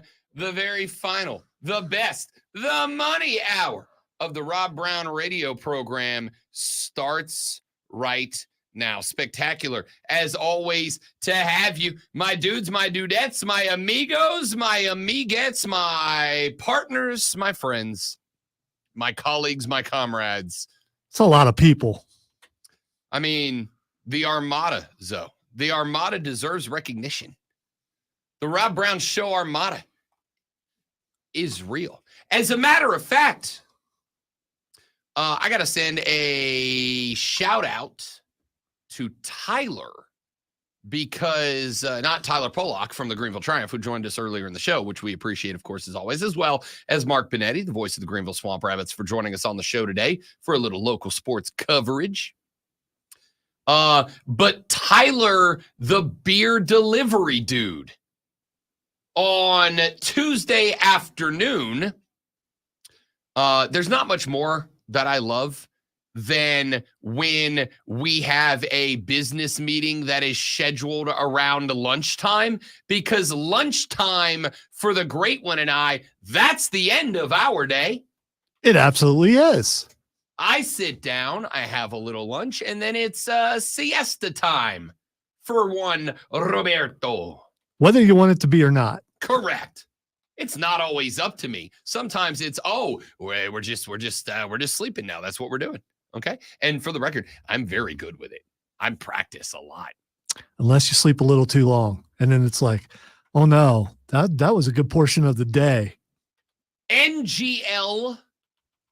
There have been a handful of 3 or 4 hour sleep nights because I got 3 or 4 hours of nap accidentally.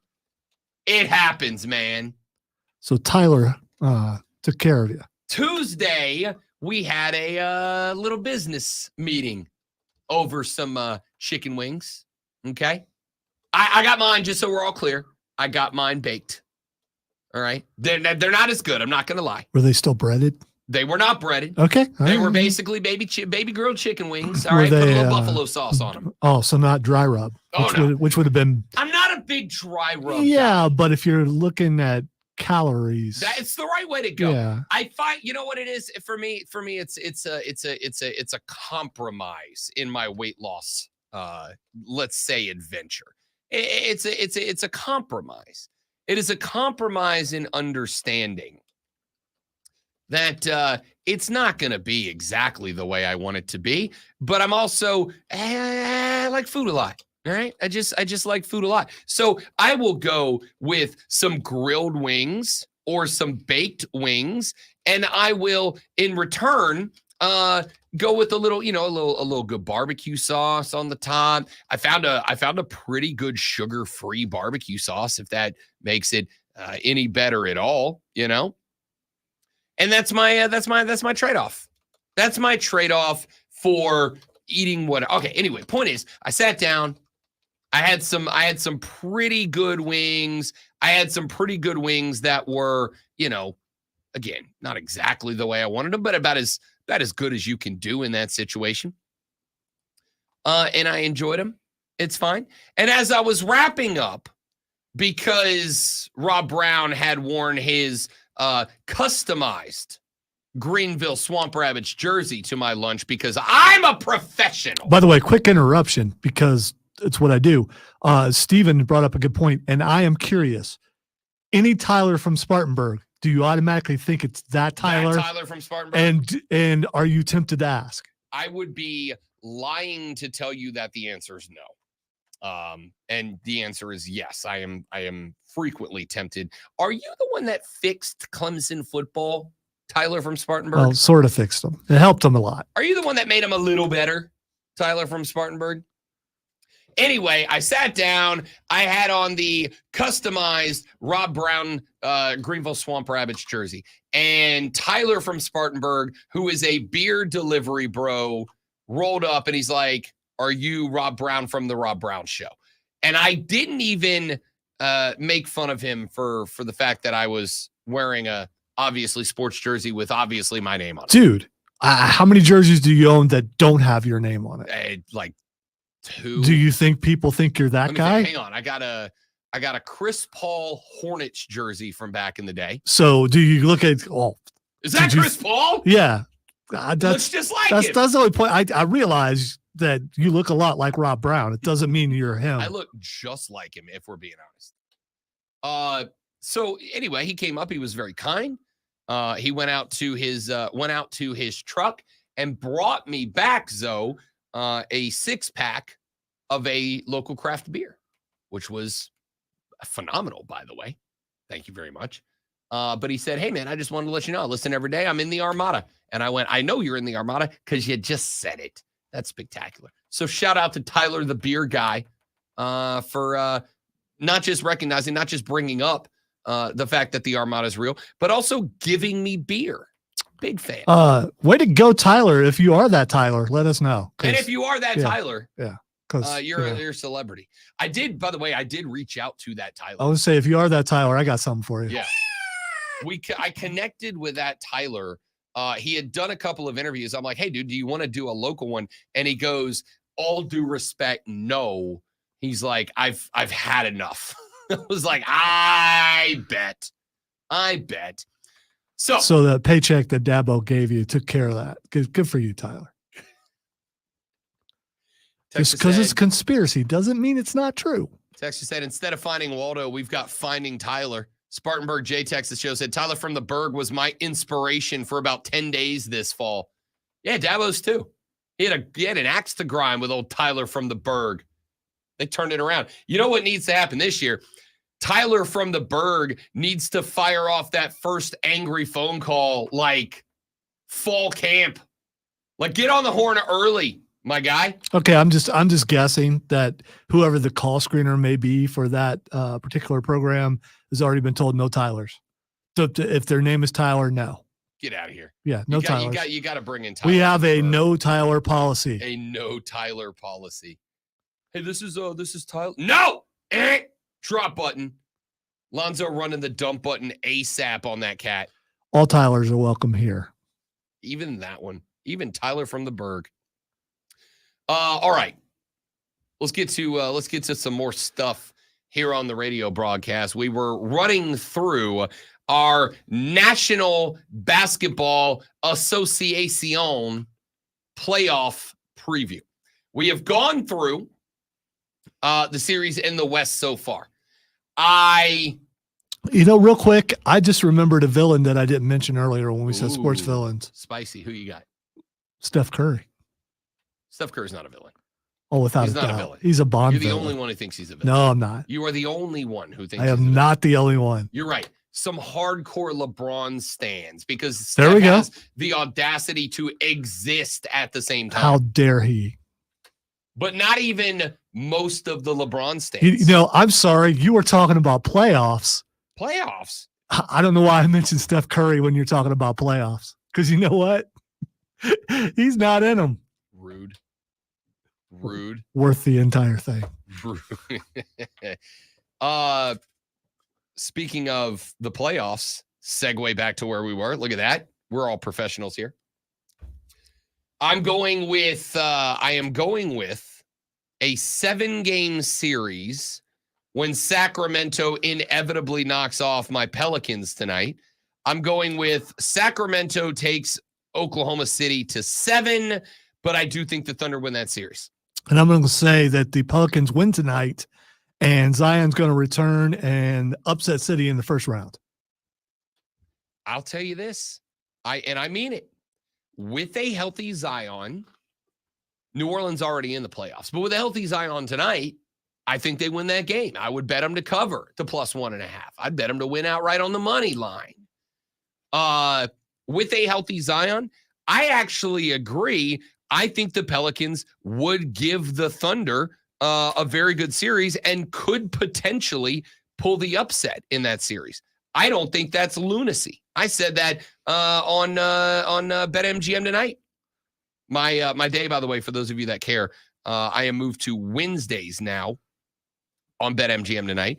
I said that the other day, and Trista Crick, the legend that she is, agreed with me on that because I'm right. I think the Pelicans could absolutely take the Thunder to 7 with the healthy Zion. I just don't think they're going to get the chance. Give me the Thunder in 7 over the Kings. I'm going to take the Nuggets in 6 over the Lakers. I do think the Lake Show can win a couple at the house. In fact, I think this is going to be a home team wins every game in this series type of series. As was said earlier by Zach, as long as you've got 80 and Bron, you've got a chance. But I think a chance is it. I'm going to go with the Nuggets in 6. I'm going to go with the Timberwolves in 6 over the Phoenix Suns. I just think with a little bit of experience they have, but more importantly, with the fact that Anthony Edwards, without Karl Anthony Towns, absolutely blossomed into a genuine stud down the stretch of the regular season, as much as I like D-Book. And by the way, if there is a seed upset in the first round, I think this is it. I think it's Phoenix over the Timberwolves. If there is one, I'm just not going to call it yet. I came real close. I am, and in fact, I'm still real close because even when I'm saying it out loud, I'm like, maybe don't be super confident in this one. And I'm not.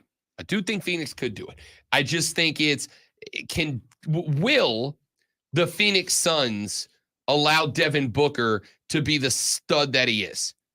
If they do, I think they can win this series. I just don't trust them to. I am taking the Mavericks over the Clippers because Luka. That's it. There's going to be a fall flat game from James Harden somewhere. Luka utilizes that to change the flow of the series. I'll take the Mavs over the Clippers. I'm going to take that to a 7-game series, though. You know, we were speaking earlier about KD and Kyrie and those guys. Just you don't hear anything about them because they're just playing basketball. Same with Harden. I mean, you got to throw him in there too. Yeah. Just out there playing basketball. Yeah. I think that, let me scratch that. I think / frankly kind of hope that James Harden, once he got to LA and became-ish the face of Los Angeles, that's a city that will put up with a lot of diva. That's a city that will put up with a lot of drama, with a lot of crap, but they will only do it if you're winning. If you are winning, you could be the biggest drama queen in the history of the National Basketball Association. And even Rob Brown will say that's not exactly a short list. If you are winning, the folks in LA don't care. They will let you get away with just about anything. And I think, at least I hope, James Harden has recognized that. Because he is a great player. There's no arguing James Harden's a great player. But James Harden's a great player when he puts his head down and plays basketball. And I think he's done that as of late. That being said, as good of a player as he is not a guy that is completely able to avoid having a 26, 27% from the floor kind of night. And all it's going to take, I think, is that door to open one time. You throw in the fact that Kawhi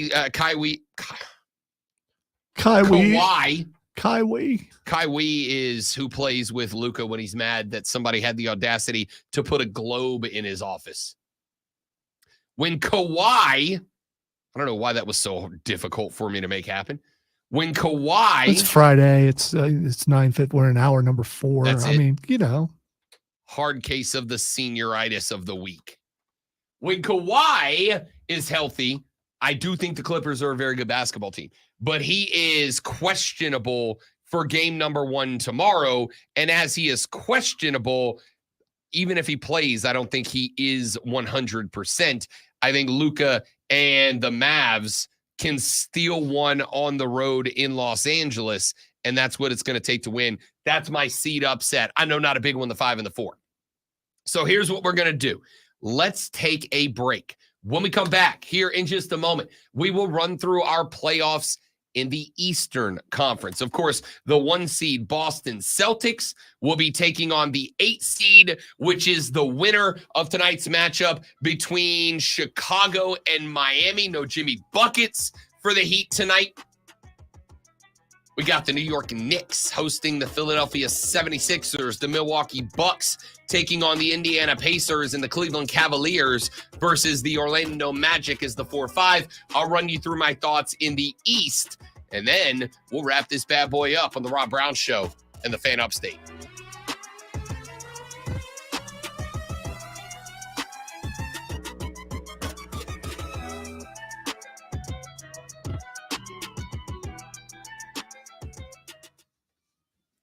That's how it's supposed to work. Not that. Put music back. At least you didn't say Kawhi multiple times. Oh, Kawhi, what's doing? Slight chance for afternoon shower Saturday after 70s, then rain likely on Sunday. I'm meteorologist Michael Carroll on the Fan Upstate. Right now, 70 degrees.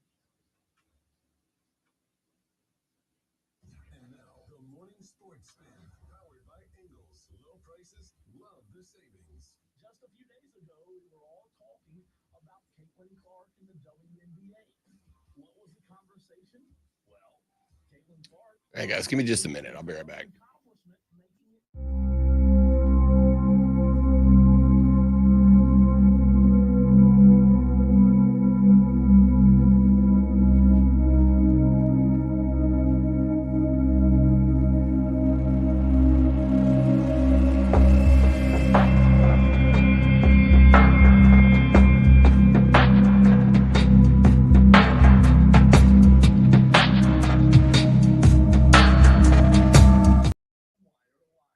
All right, dudes, we are back.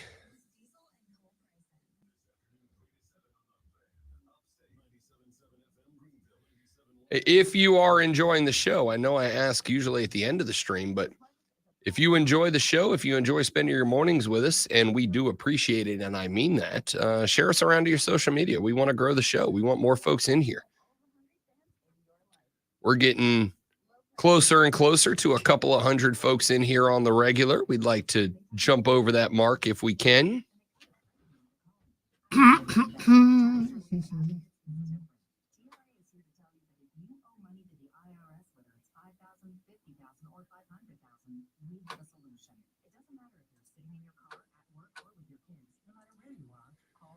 Is it weird that yesterday I watched like 10 minutes of calligraphy on YouTube?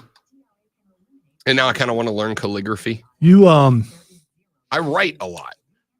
But you find things that you want to try and you do them for a while, like like woodworking and other things like that. I've seen that. Yep. And it's cool to go, I might be interested in that, and then try it and find out if you are or not. Not everyone will do that. Some people will go, oh, that's cool. I wish I could do that. And then they'll move on. Courtney's pointed this out, and I was last year, actually, as a matter of fact, for the first time, I got my sneaky what's the word I'm looking for here? Suspicion confirmed that I am indeed ADHD.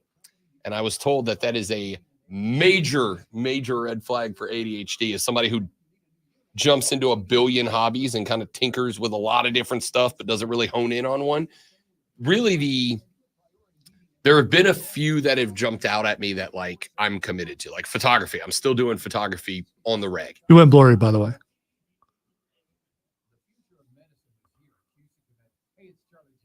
Think we're good now? Not over here, but that doesn't. I mean, if it looks fine on yours. But yes, the majority of hobbies that I jump into,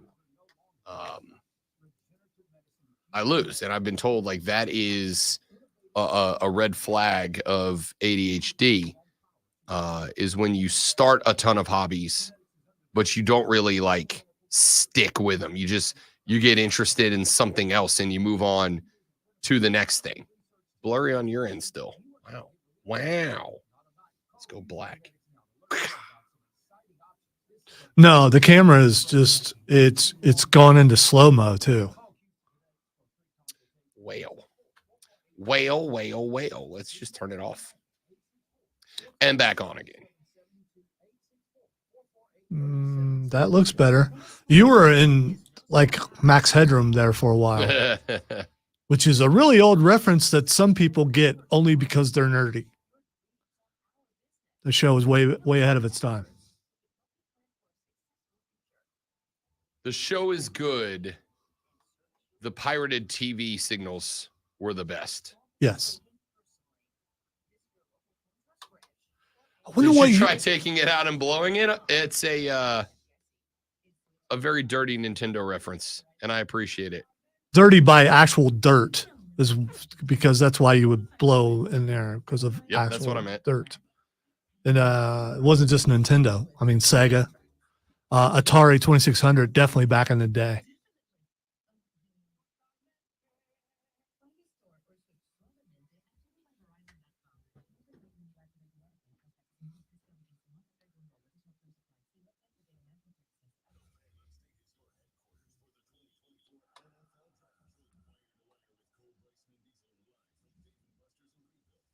Probably should plug that. Probably should plug that.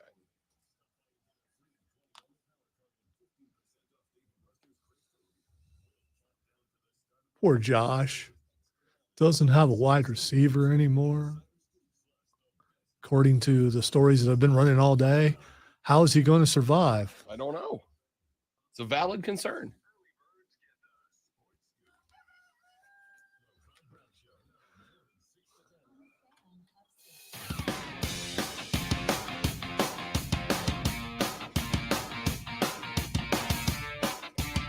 So we ran through the NBA playoffs in the Western Conference. Let's look over at the East. But before I do, allow me to remind you that next Thursday, Wire to Wire with Cole Bryson and Diesel going to be live and on location at Dave and Buster's for night number 1 of the National Football League draft. And not only may you go and gaze upon the magnificence of Diesel's beer, not only may you allow your eyes to potentially enter a land of lust over the muscles of one Cole Bryson.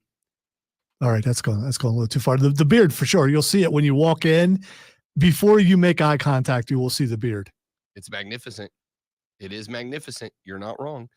It does glisten. I don't know if what kind of beard product oil, my guy. Yeah, but is he using the product of someone in the building who has their own beard line?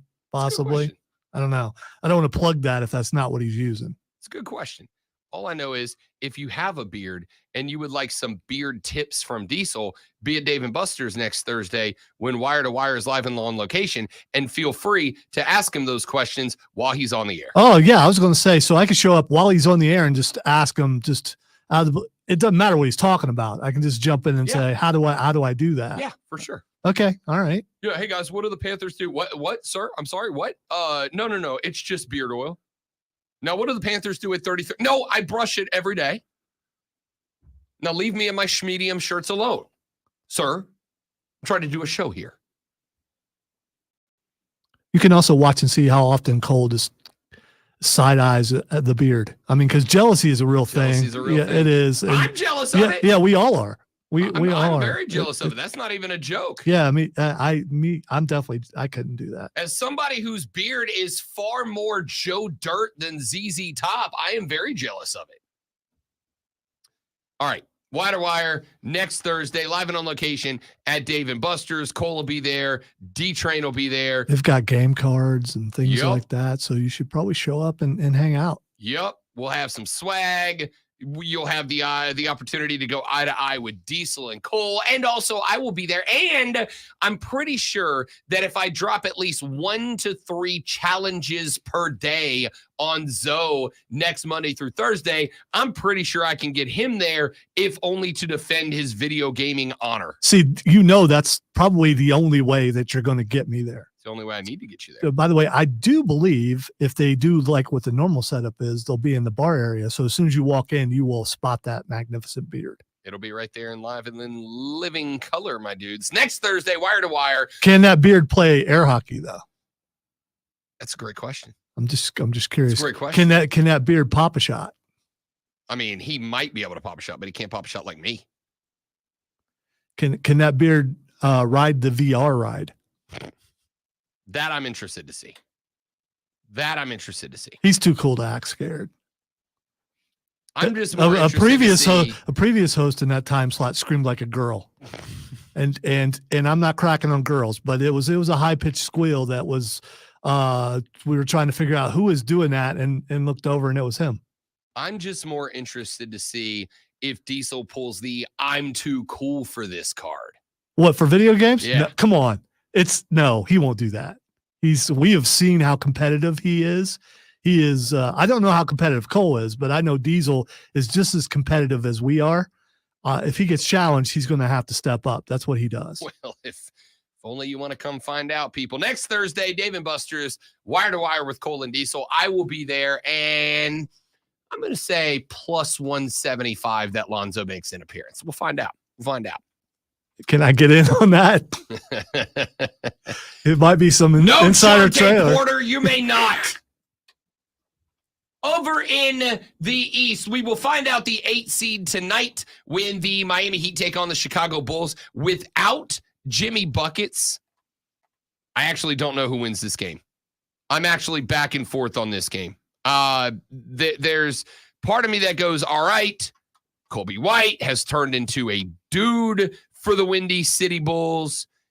What'd he go, 41 in the play-in game, and yet they still lost. Kind of a bummer. But the Heat have been a very interesting playoff team the last couple of years, and the majority of that heavy lifting was done by Jimmy Butler. Of course, if you have not heard yet, Jimmy Buckets is out for this playoff game as he has a sprained MCL, so he is unavailable. And if the Heat were to win tonight and make it to the next level, he would not be available for their first round series against the Boston Celtics. Let me make this one very quick. It doesn't matter who wins tonight. If Jimmy Buckets is unavailable, the Boston Celtics are going to sweep round number 1. And I don't think that's a question mark. I think that's a statement. I don't think it's a prediction. I think it's a spoiler alert. It is not the first round that I question when the inevitable collapse of the Boston Celtics comes. It's going to come. It's not an if, it's a when. But the answer to win, in my opinion, is not round number 1. We will find out. You've got in the 2-7 slot, the New York Knicks taking on the Philadelphia 76ers. Joel Embiid looked like he was still battling some ring rust in the play-in game against Miami. And even with Embiid looking a little bit winded throughout that game, Philly still got it done. Now, Philly did still get it done against a team that had a hurt Jimmy Butler playing. Jimmy Heat World was banged up in that game. He finished, but he only scored like 9 points after the knee injury. It was not the Miami team that most of us were hoping to see in that spot, unfortunately. but the 76ers got it done even without Joel Embiid being at his absolute best. The Knicks are good. Jalen Brunson is good. However, they got a problem. Julius Randle is out. Julius Randle, obviously injured earlier in the season. The key to beating Philly, in my opinion, is not stop Joel Embiid. Joel Embiid is the reigning, defending, though somewhat disputed, National Basketball Association's most valuable player. You're not stopping Joel Embiid. What I need is somebody who doesn't make it easy on Joel Embiid. And I don't think the Knicks have that. It's a good Knicks team. It's the best Knicks team that they've had in a while. It's a Knicks team that if Julius Randle was available, I would say this is a good series. If Joel Embiid was not banged up for the majority of the year, the 76ers would be in the 2 spot, or at worst, maybe the 3 spot. The only reason they are here is because Embiid was out most of the year. He did not become available until the very end of the year. And I suspect that had they known that the difference was going to be the last game of the year, they probably would have dressed Embiid and had him play that last game of the year, even if only minimum minutes. I think that would have been a big deal. I'm going to take the Sixers, the 7 seed, to upset the 2 seed New York Knicks. The 3 seed Milwaukee Bucks are taking on the 6 seed Indiana Pacers. I like this Pacers team a lot, but very similar to what we said earlier when we were talking up in the West, when we talked about the Oklahoma City Thunder. The Pacers have not been here. They have not done it, at least not in the way, not the superstars, in the way that the Bucks have. Giannis Antetokounmpo is an NBA champ. He's done it. Dame Lillard has been in the playoffs in years gone by. How important is Dame Lillard? Dame Lillard leaves the Portland Trailblazers. They instantly become one of the worst teams in the National Basketball Association. The guy does not get the credit for being as good as he is, that he, in my ever so humble yet frequently correct opinion, freaking deserves. However, the Pacers do have some vets. Miles Turner, Pascal Siakam. They've got some vets on this team. They've got a little bit of depth. Guys like Obi Toppin or Ben Shepherd, they're a little deeper in the depth chart. They can make an impact. It's a good bench. And on top of that, Giannis Antetokounmpo is likely going to miss at least the first game, maybe the first 2 games of this series. The good news for Milwaukee is that these 2 first games are at home. Game number 1 is Sunday. Game number 2 is at Milwaukee on next Tuesday. The problem is, without Giannis Antetokounmpo, you can, even if you are the Pacers, expand your defense, play out wide. Look, if Dame is knocking down trays from the timeline, that's just what happens. Without Giannis, I'm not real scared of this Milwaukee Bucks team. If Giannis misses, here's my caveat. I'm going to be a wuss here. If Giannis misses 2 games, Indiana wins this series in 7. If Giannis misses 1 or fewer games, Milwaukee wins this series in 6. There's my caveat. And finally, Cleveland versus Orlando. All due respect to the Cavs, the Orlando Magic are just fast, energetic, and I think that pace is going to carry them. I've got the 5 seed going over in both series, the West and the East. Give me the Magi over the Cavaliers in round 1. There's your NBA playoff preview. When we come back, we will make our championship predictions, and then we ask what the X is going on, and then we all go home for the week. It's the Rob Brown Show. It is the Fan Upstate.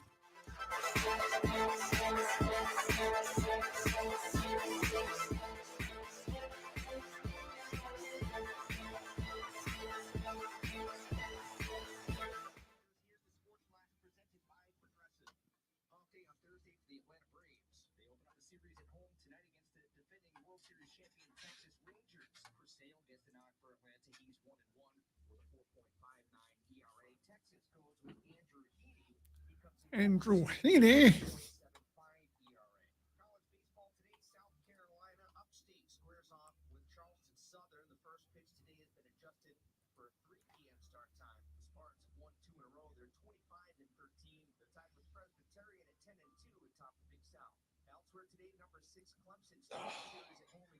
Excuse me. 2 minutes.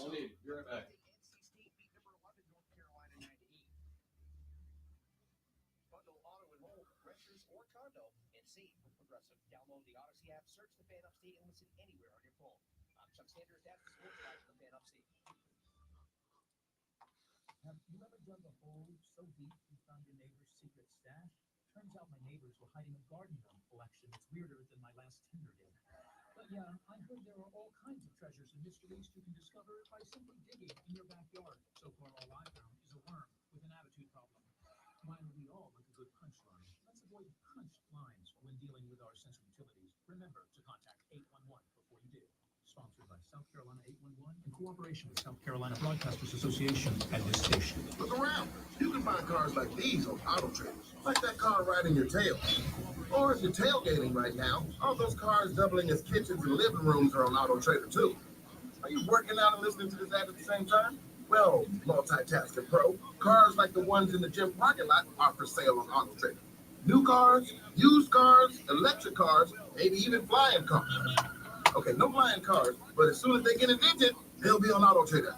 Just you wait. Auto Trader. Lowe's knows pros need the right every job. In-store selection of Klein tools anywhere.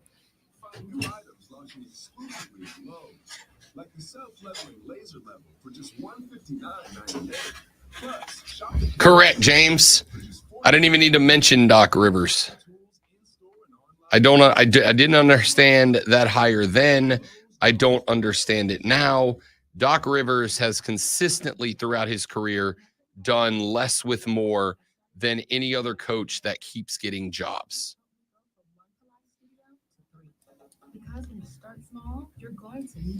Doc Rivers is the Angel Hernandez of NBA coaches.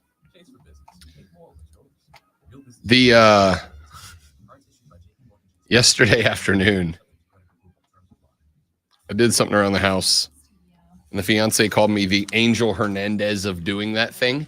Ooh. And I was like, you're a jerk. She's like, I saw a TikTok earlier where some girl was like, if you really want to upset your boyfriend, call him the Angel Hernandez of anything. And I was like, yeah, no, it works. And you're a bad person. So is she.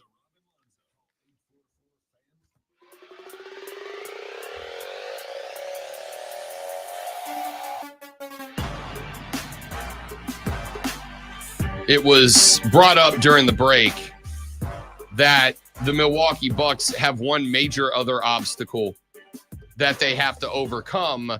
It's the fact that for some reason, a reason that to this day, I cannot give you a reason for it. Doc Rivers is the coach of that team. And as James said in the stream, which you can watch at facebook.com/thefanupstate, twitter.com/thefanupstate, on YouTube by searching and subscribing to the Rob Brown Show or the Fan Upstate, Doc Rivers is the coach of the Bucks. And if Doc Rivers is your coach, I'm betting against you. Sorry. That's just what it is. I didn't understand the hire when it got made. I don't understand the hire now, unless Giannis Antetokounmpo himself came to you and said, I'm not playing unless Doc Rivers is my coach. Then I don't know why you brought that guy in. And just so we're clear, if Giannis Antetokounmpo came in and said, I'm not playing without Doc Rivers, if I was in charge of that program, I'd be like, well, then you're out too, bud. Because clearly, Giannis Antetokounmpo, NBA champion, you don't know ball. Because Doc Rivers has done less with more than any other NBA coach who keeps getting jobs. I don't know how. I don't know why. All right. He's the Angel Hernandez of NBA coaches. It's just miss after miss after miss with this guy. You put together a pair of absolute NBA icons in Giannis Antetokounmpo and Dame Lillard. That alone should have you in the mix for an NBA World Championship. And you decide that the best chance you have to get that NBA championship is Doc Rivers. I believe the kids say, cool story, bro. Cool story. I agree with you, James. If Doc Rivers is leading this team into battle, I will go ahead and fly the white flag immediately. It's unreasonable, is what it is. It's illogical. It's unreasonable. It makes no damn sense at all. So let's go ahead and lock in our NBA championship predictions, prognostications, and do so now. Let's go in the West first. The West, of course, going to contain your number 1 seed. That is the Oklahoma City Thunder. You have the 2 seed. Your reigning, defending, undisputed champions from last year, pardon me. The Denver Nuggets are the 2 seed. In the 3 seed spot, the Minnesota Timberwolves. The Clippers 4.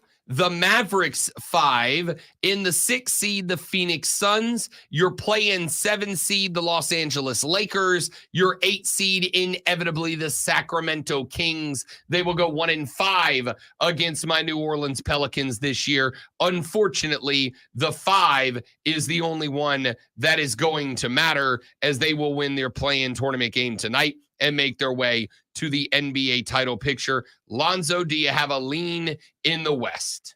Denver. Yeah, I think that's got to be it. I have said, I keep saying, I will say one more time again, I get the vibe Denver's just been Why do people not want to go chalk? I mean, there's a reason why a team is ranked number 1, because they're pretty good. Or in this case, 2. But still, I mean, the top-ranked teams are there because they're pretty good. There are 2 reasons to me. The first is that the NBA playoffs are a different animal than the NBA's regular season. It's just different basketball.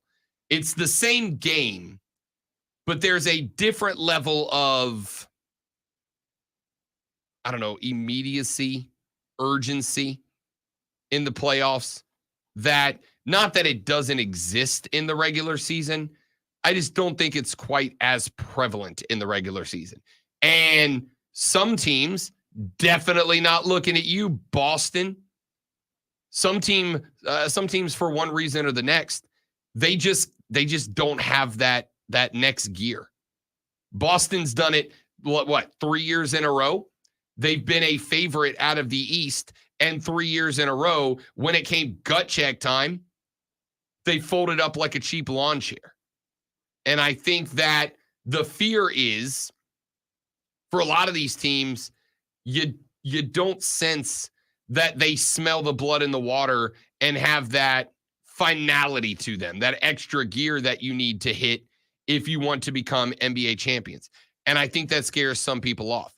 The second reason I think people don't love to go chalk in a situation like this is, aside from the NBA playoffs just being absolute chaos, I think that there are other variables that come into play. I've told you my big one already. My big one already is inexperience in the playoffs. I don't always feel, I really rarely feel this way. I don't ordinarily lean on this when it comes to the NFL playoffs. I don't regularly lean on this when it comes to Major League Baseball. I cite to you example A, the Arizona Diamondbacks from last year. But in the NBA, for some reason, inexperience bites a lot of teams squarely on the backside. I also think when it comes to Denver going chalk, because I've seen a lot more people, and it's not entirely going chalk because they're not the 1 seed, but obviously the race for the 1 seed in the West was stupid close down to the last day of the regular season. I think people saw what the Nuggets did last year in the playoffs, where they pretty much just thrashed everybody for the most part. And they didn't do that in the regular season. And if you didn't watch this team in the regular season, or you didn't watch this team in the playoffs last year, if you didn't watch this team in the regular season last year, I think you could get the vibe of, oh, they lost their edge. They were destroying everybody last year.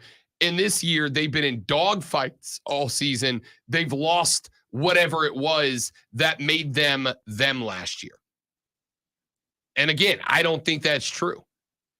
I think this team has kind of adopted the personality of their superstar, Nikola Jokic, a guy that feels like he has the urgency of molasses dripping out of a bottle. But he just wins. He just wins. And I get the vibe that's what Denver's going to do here. I think I'm gonna join you on that line. Great one. I think I'm gonna join with you on Denver. I don't see anybody, with the exception of Joel Embiid, who they would not meet until the NBA Finals. I don't see anybody in the West that can go toe to toe. I have a couple of maybes. Like maybe if Zion's fully healthy and he's the 40-point-a-game version we got against the Lakers in the play-in game, maybe that Pelican squad could shoot well enough from the outside, and it's a vicious defensive team. They could take the X factor of a Jamal Murray out of the equation. But the best I can do is a maybe. Who else in the West do you think has it in them to stop every facet of the Denver offense? I don't see one. It's not the Suns. Maybe the Timberwolves with the 1-2 punch of Cat and Anthony. Maybe the Timberwolves. But I think Denver's still a better team than that. That's why they're the 2 seed. I'm going to agree. What about out of the East? You got Boston as a 1 seed, Knicks 2, Bucks 3, Cavs 4, Magic 5, Pacers 6, 76ers 7, and the winner of tonight's Bulls-Heat matchup is the 8. Who you got out of the East? I want to say Cavs. I'm not going to, but I want to, just because the Ohio in me is still in me. But I'm going to go with Boston. I don't think they're going to win the entire thing. I think Denver is. But I think Boston makes it out of the East. They finally get where they want to. They just won't have the results they want when they get there. Ryan Horvat feels that way. Trista Crick feels that way. Nick Ashush feels that way. The whole BetMGM Tonight team said the same thing. And I'm in line with those guys when it comes to Tiger, when it comes to all this. You are. Yeah, I went on that show Wednesday night, and that we this is what we were doing. We were picking our NBA winners of round 1. We were picking our NBA winners of the NBA title. And I said, I don't think it's Boston. And they said, why? And I said, because y'all have been telling me it's Boston for the last 3 years in a row, and it's never Boston. It to me is kind of the opposite, the same thing, but the opposite of Denver, right? People aren't picking Denver because last year Denver was ransacking everybody, and this year in the regular season they didn't. And so people go, oh, they lost their edge. I feel like Boston is the same thing, but the mirror image of it. Everybody looked at this Boston team and how they devastated the Eastern Conference in the regular season, and people are going, obviously they're by far and away the best. And they're ignoring the fact that they've been the best or one of them for half a decade now and have not made it over the hump. I don't know why I would suddenly trust them to do it here. But that's just me. That's just me. Trends are important. I am going to go out of the East. I've kicked this one back and forth a lot. I'm sorry. I'm going to go the opposite of chalk. I'm going to go Philly. I'm going to go to the 76ers. I think they've got the talent on the outside to go toe-to-toe with anybody, and I'm picking the 76ers for the same reason that I'm picking the Denver Nuggets. The man on the inside, Joel Embiid, has got a point to prove. Texas said Lakers will beat the Nuggets. Porter upset about his brother and will crumble. I mean, listen, if Porter was Jokic, if it was Jonte Jokic that got bounced from the league, maybe I could follow that. But at the end of the day, even if not Jonte Porter, even if Bobby Porter is cracked up about this, Lonzo, who's that big man in the middle for the Denver Nuggets? That would be Jokic. Yeah, I'm going to bet on that guy.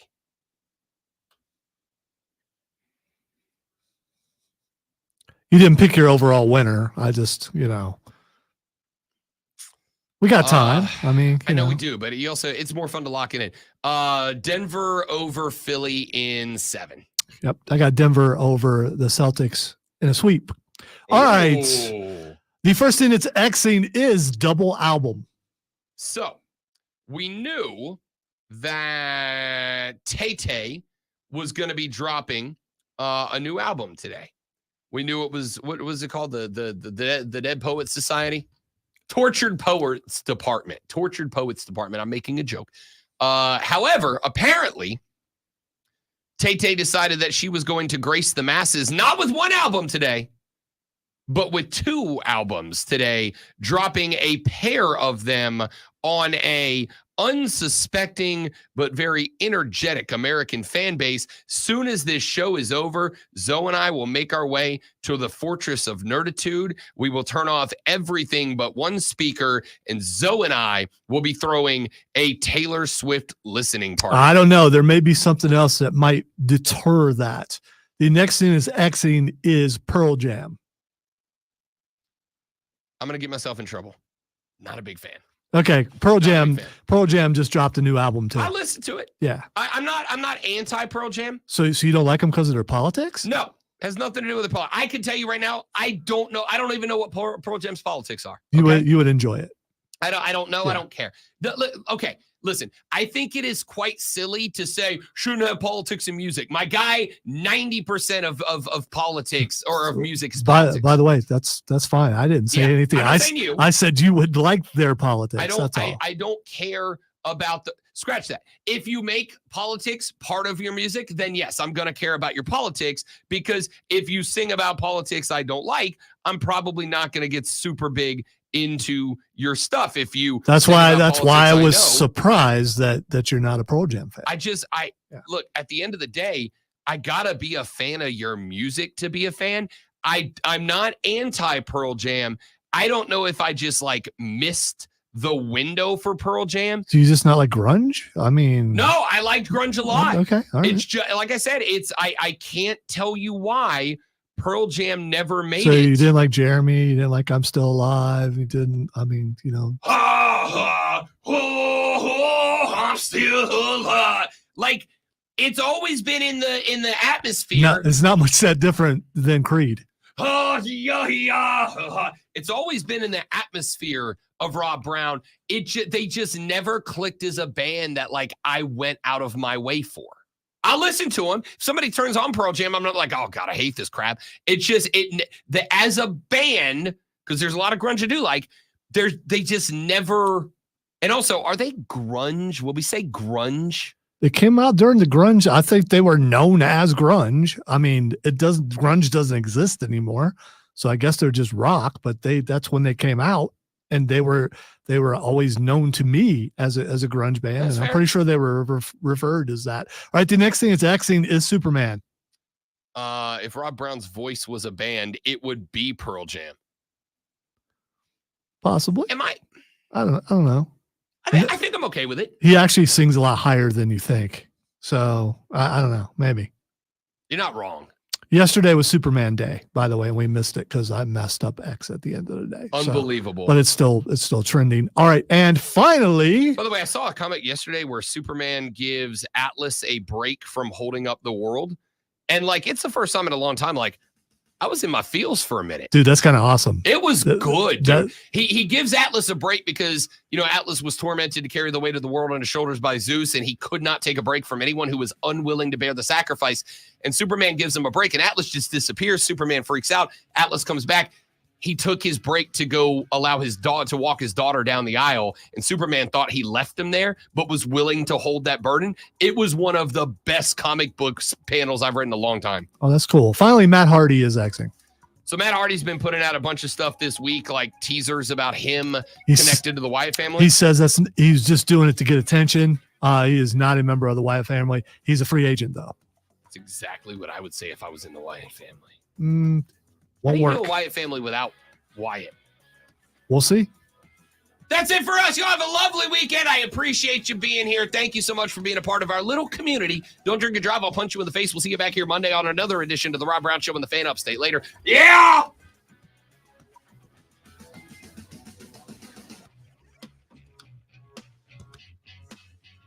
Who knows? Maybe he got a cease and desist from Yeah. WWE. But So if you leave, all right, like let's say you're Matt Hardy and you did all this stuff with Bray Wyatt and you leave because it is you, do you have the rights to use that stuff? I don't know. Right? I don't Like, know. for instance- But he's using actual video Yeah. from it. So I That's what don't I'm know. saying. Because like Which makes you think that WWE is okay with Right. it. Like I broadcast on this network, on this station. They pay me. I'm an employee here. I pull audio that I do on this show and on this station. I pull audio and am allowed to use it elsewhere, right? Like I can take my work here and I can play it on other stations. I can put it on demo reels and send it out. I Well, can use it. to a certain degree. I mean, if they're a competitor, then you probably like I can't go to a direct you competitor. can go national for sure. Right. Yeah. Like if I got called tomorrow by whoever and they said, "Hey, we want your take on this," I could pull the take that I had on the air about it, send it to them, and go, "You can just use this," right? It is Matt Hardy in those videos. Does that give Matt Hardy the right to use those videos? That's it. I've never. Depends on if the name that he was using at the time is copywritten. I mean, there's Also there's a lot of things in there. But the fact that he's been allowed to use it makes the speculation stronger because, okay, they wouldn't allow that if he wasn't going to be there. That's what I think people think. The videos that he's posted, and obviously makes sense, have utilized the broken Matt Hardy character, which he has used across multiple promotions, right? He used it in WWE. I think he used it in TNA. He used it in AEW very briefly. Like he owns that character. So does he have the right to use it, or is it like still WWE? I don't know. That's a great question. I think it's more about the fact that he's actually using Bray Wyatt clips. It's just, I don't know. Thanks for another good week. Oh, it's our pleasure, man. It's quite literally our job. You guys are the best. Wesley, thank you very much, man. It means the world to me. What machine did you think they were raging against? The Decepticons? The washing machine. A new trailer out for the Transformers 1. Yeah, I saw that earlier. It's pretty good. Saw that earlier. I'm going to watch that when we get done. I got a meeting at 11, and I will be going to watch that trailer before I leave for it. Also, Jaden Rashad is in the transfer portal. We all remember Jaden Rashad. I meant to talk about this on the air. I kind of blew that. Hang on, new promo.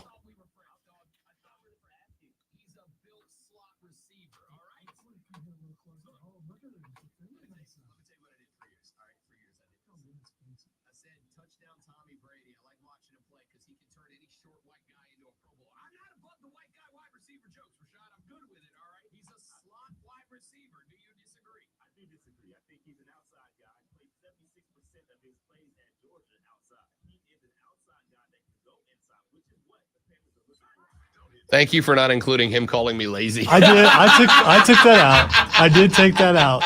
Him disagreeing with you is one thing. Him him busting you hard, which you did do. Yeah, he I brought an took elbow on me I took yesterday. that out. He brought an elbow on me yesterday. He did. Oh, man. All right, dudes and dudettes, we got stuff to do. Thank you guys for being here. We appreciate it. You're all spectacular people. Have a lovely weekend. Sunday, Greenville Greenville Swamp Rabbits at home. ECHL playoff round 1 against Orlando. I will be working that game and Monday nights. So come out to the well and watch some hockey. Y'all have a great one. See you back here Monday. Have a great weekend. Goodbye.